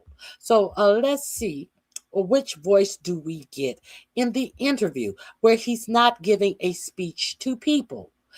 So they want you to believe that this black man is fake. So in a interview, a one-on-one interview, let's see how he speaks. You guys may have forgotten. Let's be reminded of how this man speaks. This college educated, he went to college. You know how they always say, have you been to college? You haven't been to college. I can tell. You haven't been to college. But have no pushback on these white ignorants out here. Let's continue. All right. Welcome back. Okay, Representative, we have a lot of questions for you from our audience at Indisputable. I'm going to get through as many as I can. First question comes from Edward. Edward says, my question is, when will Justin Pearson run for president? Thanks so much for the question, Edward. I'm not even old enough to run for president yet. Let's just win this congressional seat together. Go to votejustinj.com. Help me fundraise and help me make some phone calls. Man, that's a great problem to have when people are asking you to run for president. You just haven't met the age qualification yet. Once I turn 35, then it all changes. I love it. So can somebody tell me where the fake and the cosplaying has come in? Or can somebody tell these white ignorants what a speech cadence is? Can somebody do one or the other? Let's try this again. We have Wisdom Reborn says, what is your next move to galvanize against the system? Absolutely. Thank you so much for that, Wisdom. Well, we're in that fight right now. They think that by redrawing the districts that there's no possibility for us to win, but we see it differently. We know there's an opportunity, and so we are galvanizing a lot of support. I think in the last 24 hours, we've gotten 700 new volunteers. We are raising money. People average donation $17. This is what it takes. We have to fight back. We have to resist. We have to fight back. We have to resist. Understand that money rules politics nowadays. Why do you think that the Supreme Court has allowed these large donors to create their own PAC?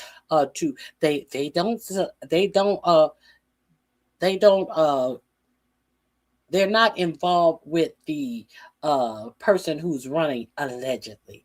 No, they don't coordinate. These PACs that are allowed to be created and have unlimited amounts of money are not coordinating with the person they're supporting. Wink, wink. But hey, give them. We got a billionaire. We had Elon Musk. They out and out told you that he gave over $240 million to get 45, 47 elected. Is it too much for you to give $17 to a campaign that is supporting you and your rights? Is it too much? See, we need more than lip service. I know those new people who are politically situated, but it is time for you to put your money where your mouth is. We hear about way too many raccoons out here talking about what strain of weed that they're paying for. We hear too many raccoons out here trying to be elitist, talking about drug culture, trying to talk about some superior brand of fucking weed that's gonna have your head blown, when half of you are so stupid your head is blown naturally, you just don't know it. So do we hear anybody telling you that you need to get behind somebody who is representing your interests, and you need to send them what you would spend on an ounce. Send them what you would spend on a 24 pack of beer. Send them what you would spend on a bottle of liquor. All of you highbrow, highfalutin motherfuckers who want to talk about all of these different brands of top shelf liquor. Why have you donated the cost of what it would cost you to buy this top shelf liquor? Brag about that. Nobody gives a fuck about you bragging about top shelf liquor and how much it costs. How much does it cost for you to support somebody who is supporting your interest in election? Brag about that type of shit. He gave you his information. This link is in my description box. I'll let him complete the question. Go over there to my description box. All of these links are under Justin Pearson. We have to keep running for Congress because we can win, and we build our coalition, rural, urban, suburban, because our problems are the same. There's not enough money in people's pockets. There's not enough food on the tables, and yet billionaires are going to war left and right, and they're making money hand over fist. For those who are watching, you got enough money. Too many of you who are not prudent, you have enough money for bullshit. If enough people, if you are told that you should be expected to put something to something that is giving something back to you, I just really ask for you guys to support some political motion that is saying that they are showing and saying that they will do or they are doing something to benefit you politically. Because this is the last chance we will be able to do that type of thing. If you That's all I got to say about it. I said it all, and that's all I have. This link is in my description box. If you want to come out here and tell us about all of the shit that you use to stay high, surely you can tell us what have you done to improve your life. He was removed violating decorum rules, not for speaking out. He repeatedly interrupt proceedings. Okay. Thank you. Thank you. Is that why he was removed? Didn't the white woman do the same thing, though? Was she removed?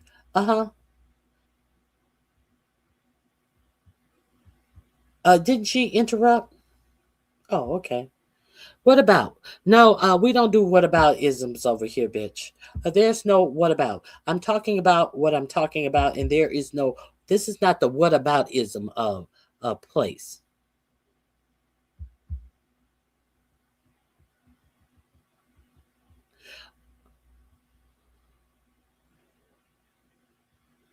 I concur with you on that. I definitely concur with you on that. The way you spell files. The way you spelled files. Thank you for that. I concur with you on that all the way. Trump doesn't want no black people in power. He wants to go back to Jim Crow era. I concur with you. We agree. Let me see.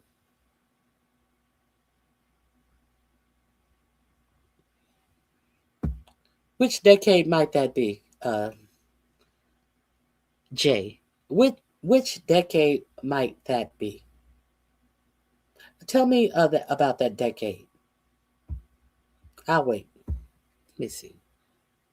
Stop your bullshit. Okay. First of all,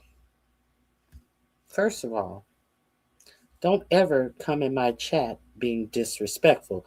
We can agree to disagree, but what you cannot do is be disrespectful to me. Are we clear on that?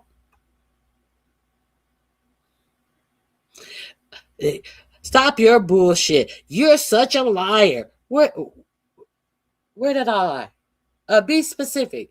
Who is this? Fred Hetch or Heitch? Are you Ann Heitch, daddy?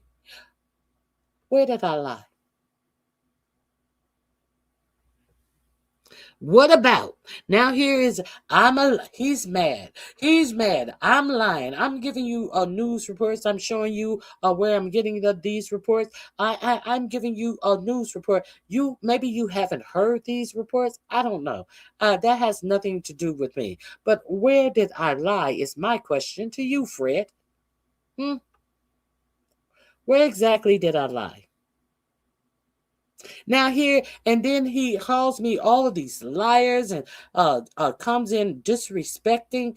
And Fred, I expect you to remove this comment from my chat. And then he goes into the whataboutism. What about getting no representation in New England? You want to vote, get an ID. Fred, what are you talking about?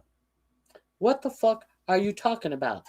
This has nothing to do with IDs. This has to do with gerrymandering black districts out of these states so that there is no representations for Democrats. What does an ID have to do with this? Since I'm lying. No, I'm not lying. You can't follow along because you're stupid. Fred, you can't follow along because you're a fucking dumbass, Fred. This has nothing to do with no motherfucking voter ID. This has to do with trying to disenfranchise the power of the black vote. You stupid motherfucker. Get the fuck out of here. Talking about get an ID. Get a fucking brain, bitch. Let's continue. But that went left. That went left. Okay, let me continue. I apologize. Not to Fred though. Fuck Fred. Freddy's dead. Doom doom doom doom. That's what I said. Y'all hear about Kas Patel? Do y'all hear that Kas Patel has been arrested? Do we have a convict running the FBI? I don't know. Adam Mokler broke this story earlier today.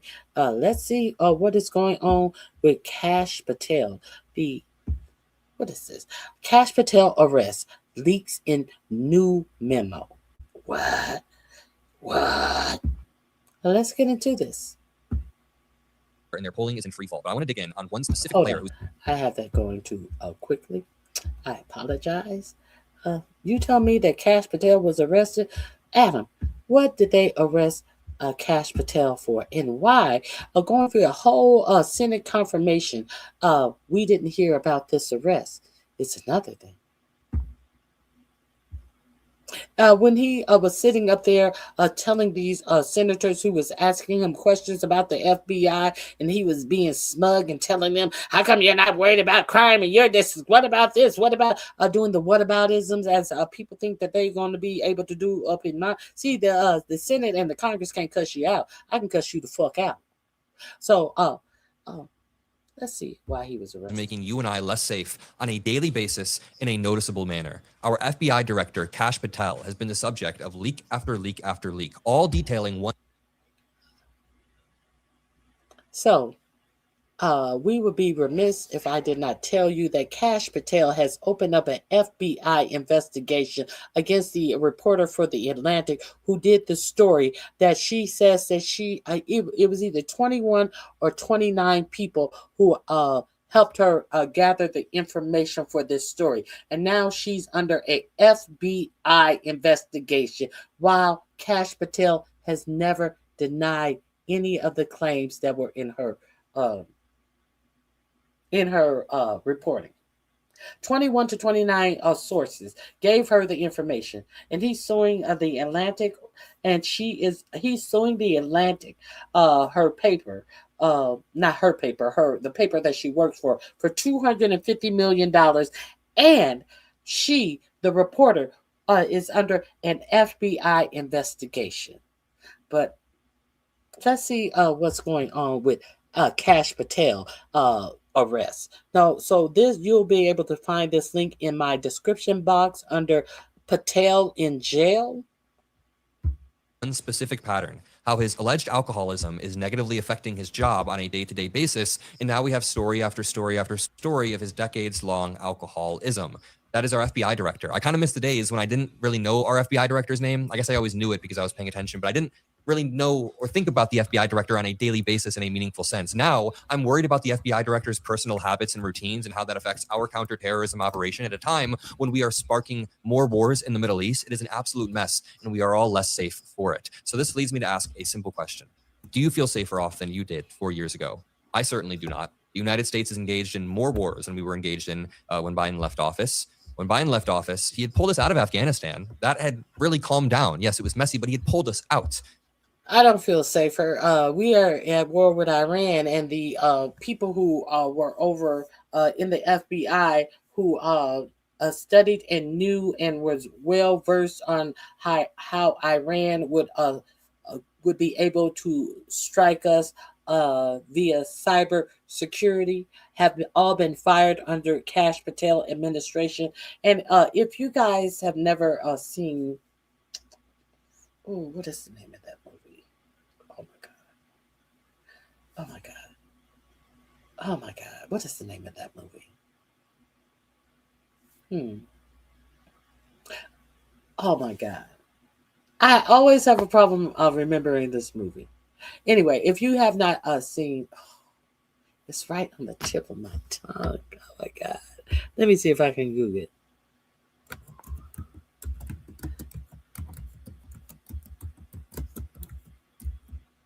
Oh my God.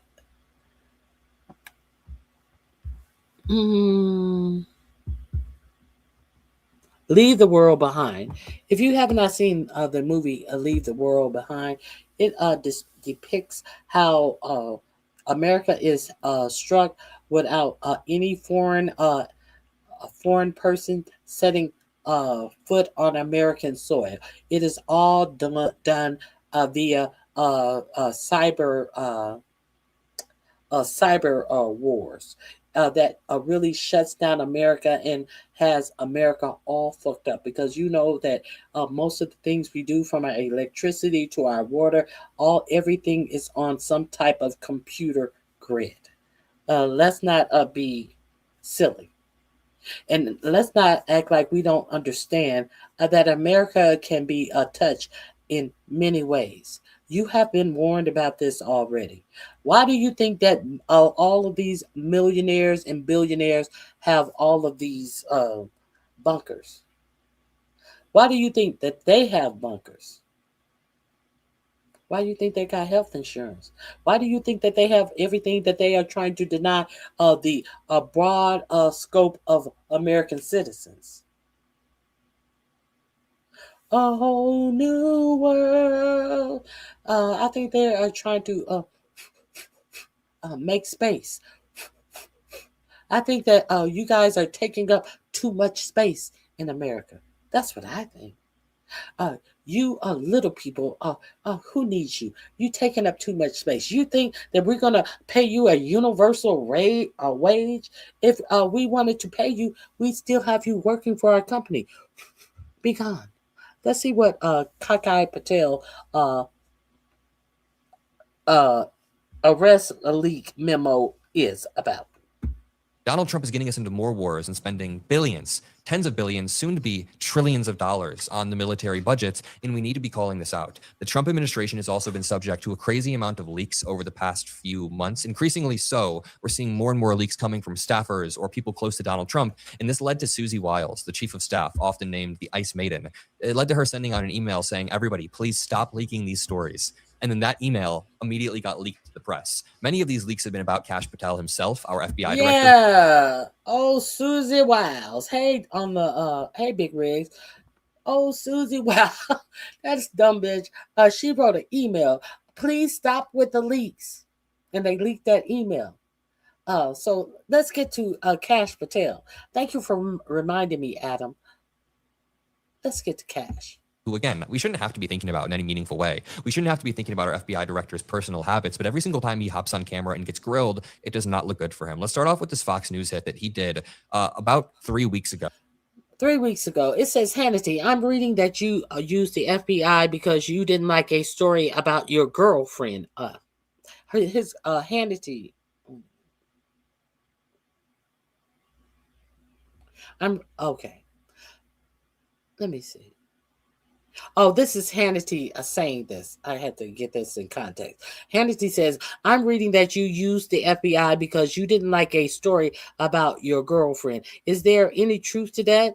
It just doesn't sound like you.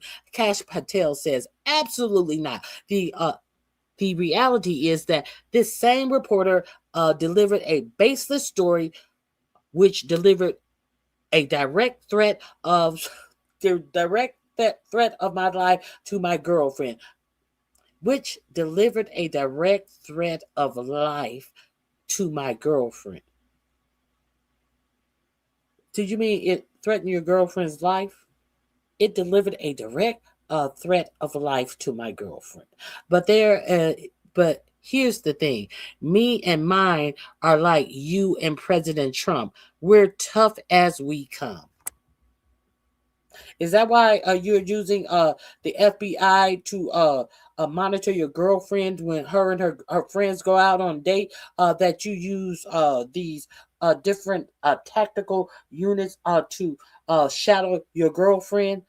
These people who are paid by the United States citizens, and they are running around kowtowing to you, having your girlfriend feel special, like she is somebody important enough to have private security, let alone FBI private security, you dumb motherfucker. You a whole motherfucking trick out here. But I ain't got nothing to get against a motherfucking trick. But hey, everybody got to get it how he live. But motherfucker, you tricking off our motherfucking money. Trick off your motherfucking money. You trick ass bitch. Let's continue.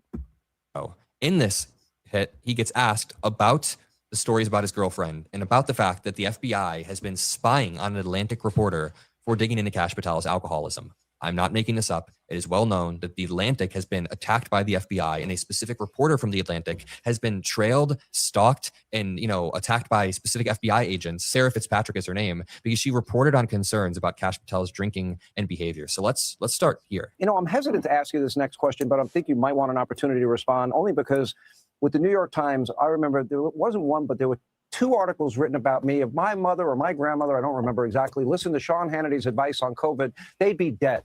And I went to my lawyer, wanted to sue them. I was really pissed off. And at the end of the day, we decided not to go forward with it. But it was such a blatant line. I'm reading that they're going after you, that you use the FBI because you. It was such a blatant lie. Now, that is an opinion. That is not a matter of fact. They said if his mother or grandmother had heeded his advice on COVID, they would be dead. Was this a physician that said this? Or was this somebody giving their opinion about your commentary? And you were so mad that you decided to sue them. But then I decided, no, you knew you had no motherfucking case, because that was an opinion. That is the free speech that you guys want to shut down. Somebody could not have an opinion about the dumb shit that you were over there on Fox News saying. Kind of like no one could have Dominion could not have when Dominion had a issue with what Tucker Carlson was over there saying about its voting machines changing votes. Dominion didn't say, oh no, I'm not going to sue. I'm mad, but I'm not going to sue. No, Dominion said, no, bitch, you're lying. And you have no fact. You're saying this as fact. See, there's a difference between having an opinion on something, and there's a difference between slander. And we are real now. You are trying to put your example in the category of slander. And if they had slandered you, you would have sued them. Let's be real clear about it. Let's see. Do you see what is going on here? If you don't see, I hope you see. Let's continue. Like a story about your girlfriend, and is there any truth to that? Because I've known you a long time. It just doesn't sound like you. Absolutely not. The reality is, and thanks, Sean, is that the same reporter delivered a baseless story which caused a direct threat of life to my girlfriend. And that's not me saying. This individual has been charged, arrested, and is in court. And he said, as a direct result of the New York Times reporting, he wanted to take a rifle and canoe my girlfriend's face. We are going to protect not only me and my loved ones, but every American that is threatened. Wait a minute. Okay, so Kas Patel barely even denies it, but he does something called jumping to justification. He immediately begins justifying why it would be actually okay if he took the action he's being accused of, rather than fully denying the accusation. He's saying, yeah, but you know, he put me in danger. Look at what he did. I'm going to invoke an emotional reaction to make you feel that it's justified, even if I did do it, which he clearly did do it. Really quickly, let me just read this. Nearly 3 weeks after The Atlantic reported that some government officials were alarmed by FBI Director Kas Patel's behavior, including conspicuous inebriation and unexplained absences, MS Now reported this morning that the Bureau has launched a criminal leak investigation that focuses on the Atlantic reporter who wrote the story, Sarah Fitzpatrick. This is very real. Kas Patel is barely even denying it before jumping to justification. The baseless New York Times came in over the top today and tried to delete that past reporting, refused to accept our comments, and refused to turn the attention to the actual court pleadings and the myriad of threats that have resulted to me and mine based on this baseless reporting. But here's the thing. Me and mine are like you and President Trump. We're as tough as they come. We're not going to stand down. We're not going to take it a knee on this one. And then he has to go into glazing Donald Trump because he knows his job is on the ropes. And really quickly, with the constant lying and lack of transparency of this administration, I want to encourage you all to protect yourself when you're using the internet. A lot of people don't realize that their email is basically the backbone of their digital identity and work identity. Your bank accounts, applications, passwords, subscriptions, all root back to your email. And it's your entire identity more secure and private. So try Proton Mail for free by using Trust Our Administration. Yeah, do we trust Pete Mockler? Thank you to Proton and thank you to you all. Here's Tim Dillon, comedian, barely trusts our administration. Yeah, do we trust Pete Hegseth to handle this? Do we trust Kas Patel to handle the maybe domestic retaliation attacks that might come if Iran has sleeper cells here, which some people say they have? Do we trust Kas Patel to be on top of it? Simple question. Do you feel safer than you did 4 years ago with these people?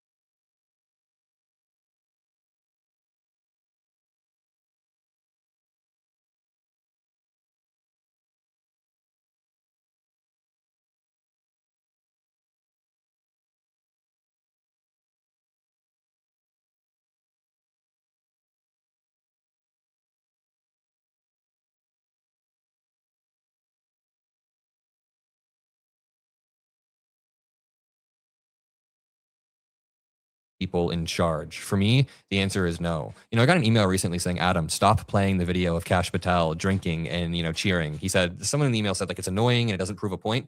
False. This proves the exact point that we want to drive home. This is an administration full of incompetent goons who are making us less safe on a daily basis. It is very easy to see based on this video. And in fact, make sure you drop a like if you want to help boost this imagery. Drop a like if you want to help boost our pro-democracy message. And make sure you're subscribed to the Adam Mockler feed. Tim Miller from the Bulwark says, quote, "I'm going to believe the 9 sources in the Atlantic over the liars in this administration, but to each their own." He's basically giving his take on this, saying they had 9 separate sources they verified and vetted.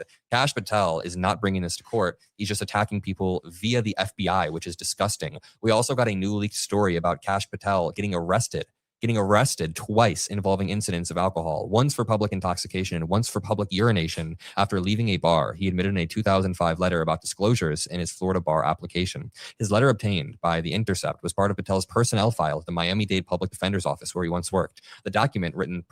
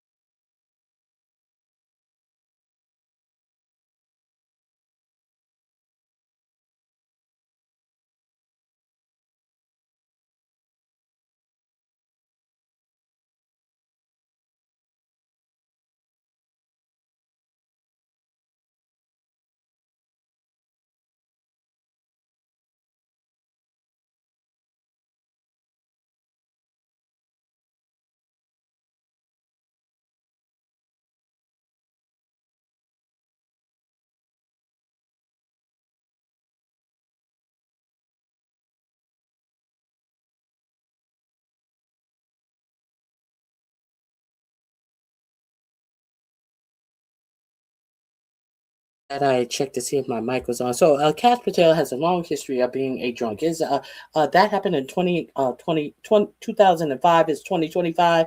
You mean to tell me that Kas Patel has been pissing in bottles all the way since 2005? At least the Amazon drivers, they have the decency to bring a water bottle in to piss, because they have to piss in water bottles because Jeff Bezos does not give enough time to let these drivers pull over their cars and even go on a piss break.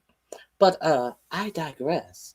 Speaking of Jeff Bezos and the likes of these billionaires, do you know what it is costing? You know, Jeff Bezos, who is trying to break down any semblance of work dignity. The Jeff Bezos. Now, I just realized that the black man who got beat up by going on that flotilla to Israel to when the Israelis, not a flotilla to Israel, the flotilla to Palestine, when the Israelis were starving the Palestinian people, that the only and singular black man who was on that flotilla, and he was the only person that got beat by the Israelis. He was the guy who got the first Amazon warehouse unionized. So he is, of course, Jeff Bezos has fired him. But you know, there was no big brouhaha about this man who was trying to, on the flotilla, trying to save people who I even covered the story, and I didn't even see that story at the time when they were making such a big brouhaha about Greta Thunberg. I didn't even know. I just heard about Greta Thunberg being an activist or something, or blah blah blah. And it was somebody in my chat who told me that Greta Thunberg was a trans person. Now, I think it was Leonard. So if it was Leonard, I tend to think that, hey, I didn't know anything. I heard the name before, but they made a big brouhaha about Greta Thunberg, but they told you nothing about the black guy who formed the first union at Amazon, and of course lost his job, and has been out here doing a whole lot of things do you guys know about that? Doing a whole lot of productive things. But everybody, you raccoons out here. I cannot believe that we actually had raccoons out here talking about the Met Gala that Jeff Bezos purchased himself into, trying to purchase himself into a society that is observed by people who he want to disenfranchise from having jobs, from having any type of work ethics on the jobs that they have. He wanted to be adored. Him and Lauren, Madam Puppet Face Sanchez. So, this is what I want to tell you about. Now, let's not forget that Jeff Bezos has the cloud, which stores ICE data for ICE, the ICE data that they use. So he is no more removed from all of this AI, all of this Big Brother shit as well. Now, the last thing that I want to share with you is how they want you to believe that AI is its own thing, and it's growing, and it doesn't need you, and they don't need a human workforce.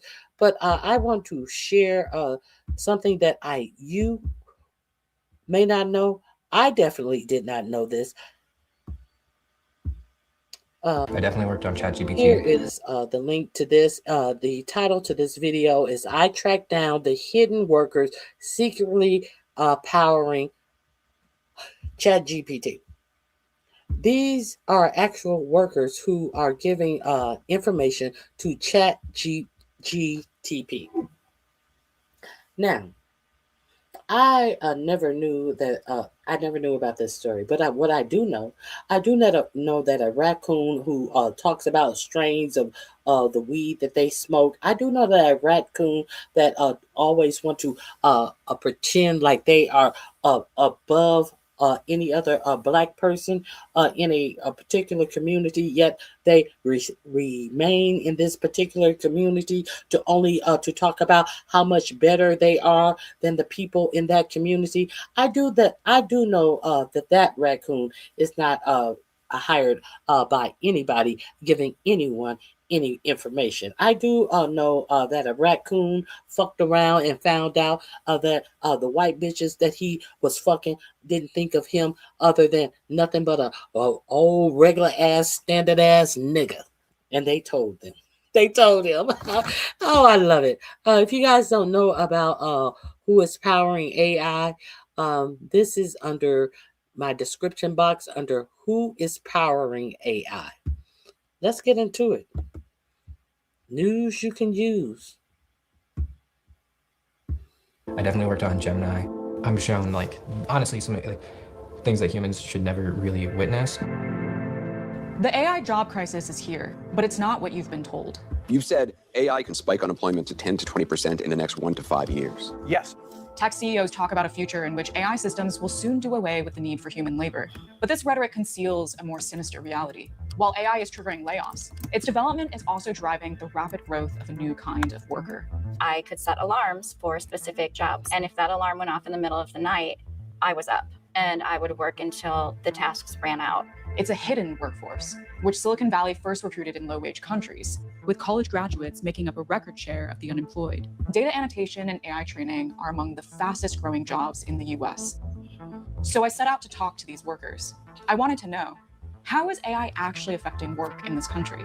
So I'm essentially just working as an anxious rabbit the entire process. Like, will this end tomorrow? And how do we make sure AI works for all of us, rather than so many of us having to work for AI? The kind of inequality that we're talking about here could be something we've never experienced. I was talking to my mom, and I just started crying. I'm like, I can't see where this money is coming from. Jen is an Ivy League PhD graduate from a small southern town. Jen is not her real name. Like most people we talked to, she asked to be anonymous for fear that tech companies could retaliate. Well, I highly doubt they want this information in public. Last year, as she was wrapping up her degree, she started looking for a job. You start off like, this is my goal, I know I'm qualified for it, then it just keeps getting lower and lower and lower. Over the past year, I've applied to over 200 roles and I got maybe 3 callbacks. Graduates today are facing the worst job market in years. To make ends meet, Jen got on food stamps, moved in with her sister, and started working for $15 an hour as a cashier and substitute teacher. Then she saw a job posting on LinkedIn for $55 an hour. I think the role I saw was philosophy intelligence analyst. I'm looking, I'm like, oh, why wouldn't I be able to do that? After applying, she got a job interview, but not with a human. Let's start by discussing the languages you speak. I am fluent in English and Chinese, and I consider English to be my primary native language. Thank you for sharing that.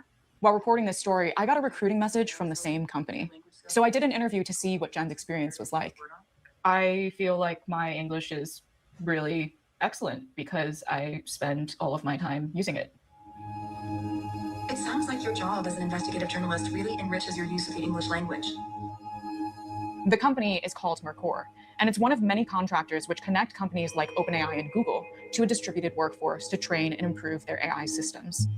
In the same way the AI boom has led to unprecedented growth in data center construction, it has also created an insatiable appetite for these workers. AI companies kind of present these tools as digital technology. Tim Newman is a labor researcher who studies the tech sector. But this is really the result of an entire global supply chain, everything from mineral extraction to manufacturing, to data centers and the data workers. For years, tech companies searched for data workers largely outside the US, in low-wage countries like Kenya and collapsing economies like Venezuela.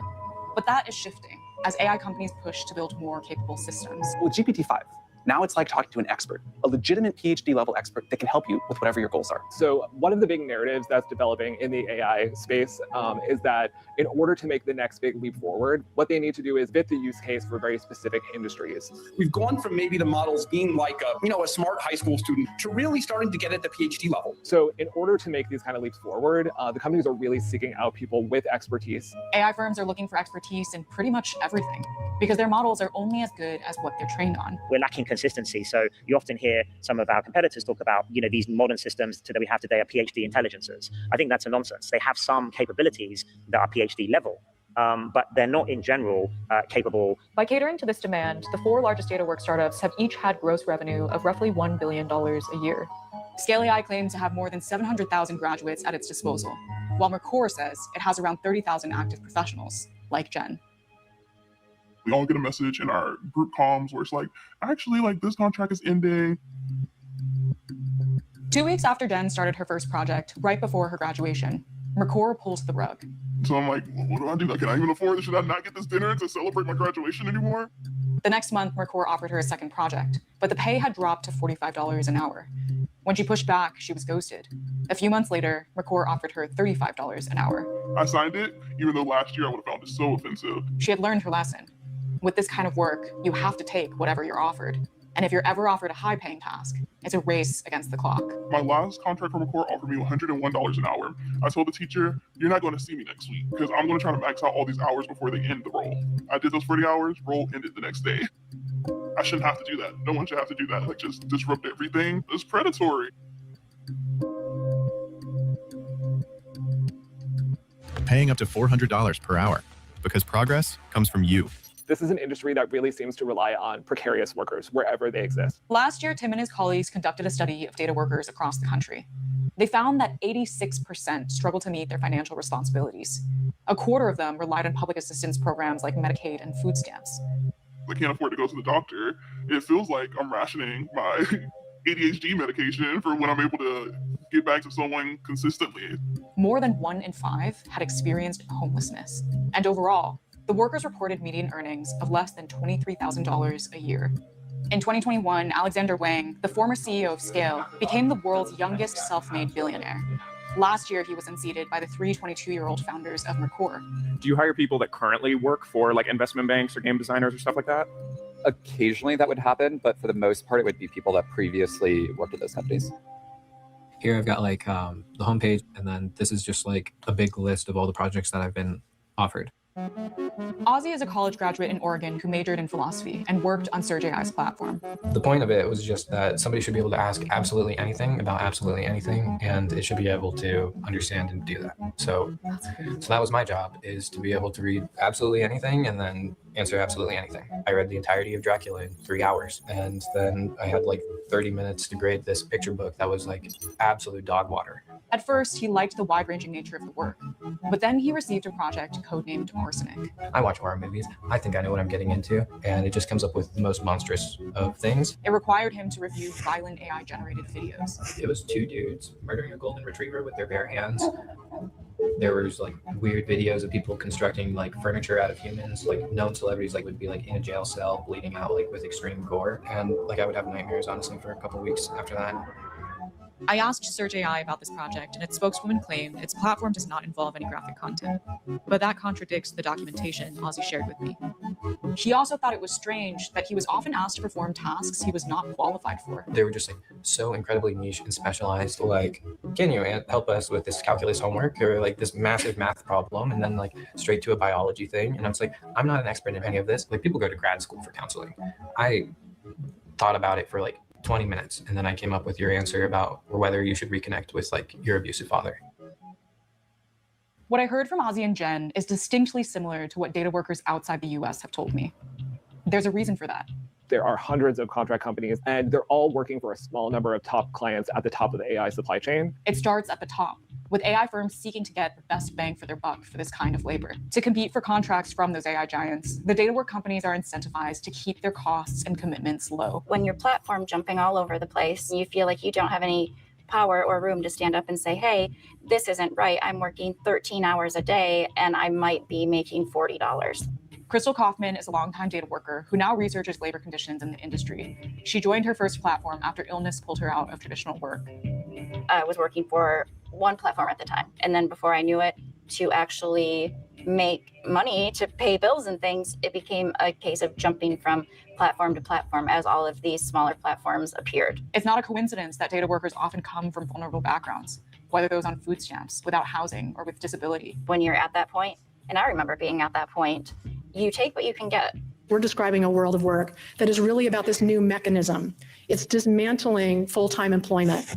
In 2019, a researcher named Mary Gray gave me a haunting warning. Data work could represent the beginning of the Uberization of all knowledge work. On a relentless quest to consume the world's expertise and become its sole provider, Silicon Valley would seek to create a gig version of every job, to acquire bits of knowledge as cheaply as possible from a growing underclass that could eventually include most of us. We see a future where intelligence is a utility, like electricity or water, and people buy it from us on a meter. The whole ecosystem around Silicon Valley is very much based on this idea that computers are superior to humans. Most humans are unnecessary. Darren Asimoglu is an economist who has extensively researched the effect of AI on the labor market. He told me that the AI industry's drive for automation is fueled not only by profit motives, but also by an ideology. There is a sort of elitist attitude towards most workers. People think that the best way you can use AI is for more automation, and just the less human input there is, the better. No human CEO can talk to every employee at a company, every customer, be in every meeting, be an expert in every field. And so more and more, I think, of these jobs will be supervising a bunch of AI. Right now, we are choosing to use AI as an automation technology. It creates a vicious cycle whereby more and more of the tasks start being taken by AI. And on the way to that, we need human workers to train AI models. It looks like this. Employers cite AI as a reason to lay off workers. Tech firms hire those increasingly desperate workers for cheap to train AI. Now, the kind of inequality that we're talking about here could be something we've never experienced. A handful of corporations controlling most of work, and a large fraction of workers essentially completely sidelined from meaningful work. That is a choice. That's not the nature of the AI technology itself. We can use AI for other things. Rather than automate teaching, we can give teachers tools so that they can provide individualized education in a much cheaper and effective form. We can have pro-nurse AI, meaning AI tools that increase the capabilities of nurses for diagnosis, cure, and treatment.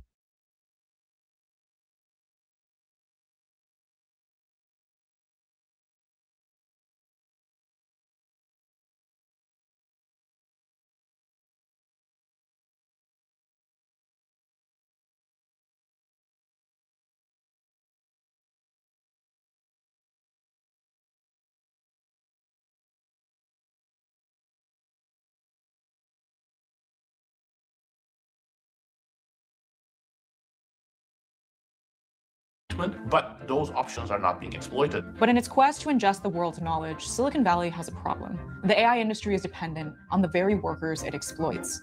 Data workers have leverage, and some of them are already using it. Crystal was the lead organizer of Turkopticon, one of the first efforts to build power to improve labor conditions on Amazon's platform. On some issues, they won. We fought very hard for a change to the rejections policy. To get a corporation like that to actually listen to workers was almost surreal. We absolutely have to have some type of global coalition collectively demanding better conditions. For hundreds of thousands of far-flung data workers, to organize will be an enormous challenge. But advocates like Tim believe there are models in recent history that workers can look to. Once workers started organizing in the garment sector, we've seen them creating powerful coalitions globally, including with consumers, with investors, with students. A new bill introduced in California this year borrows from that kind of strategy. This is AB 2653, the California Sweatshop Free AI Procurement Act. It would ensure that when the state of California is procuring an AI tool, the data work that created those systems actually complied with certain labor standards. This is simply about how we are spending taxpayer dollars, and it should not go to AI companies who exploit their workers, whether they're here in California or anywhere else in the world. There's a narrative about how the AI companies operate that this technology is inevitable. That is not the case. All of us shape the future of technology.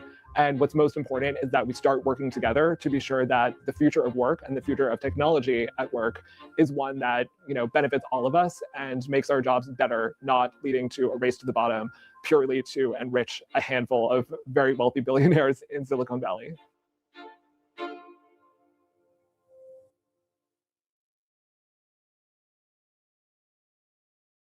That link is in my description box under More Perfect Union.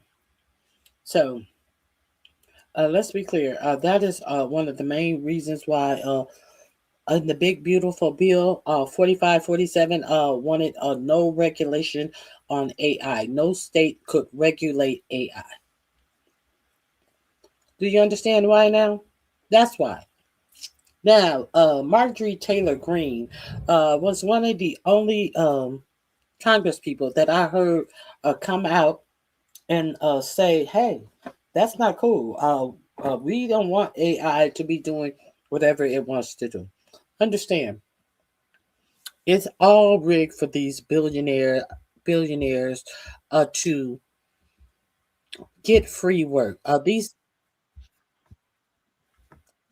These billionaires are accustomed to getting free work, undercutting the workers. Why do you think that so many America is so attractive to undocumented immigrants? Because they know once they get to America, a millionaire or a billionaire is going to hire them to not have to pay living wages, United U.S. wages. They know they will be hired. They will probably be given the directions of how to get fake documents by their employer. And they want you to believe that it is the undocumented worker that is the problem in America. No, it is the millionaires and billionaires that are the problem in America, who want to create ways to further and continuously enrich themselves by undercutting the American worker. So that's all let me see if there's anything new that came out today. If there is, we'll talk about it tomorrow. All right. You guys have a great day, remainder of your day. No, I won't be here tomorrow. I have something to do tomorrow. I'll see you guys on Wednesday. Keep hope alive. Shit. It's a precarious time in the United States, so look out for yourselves and for your like-minded brothers. Let the raccoons be thrown out in the street and run over by traffic. All right, bye.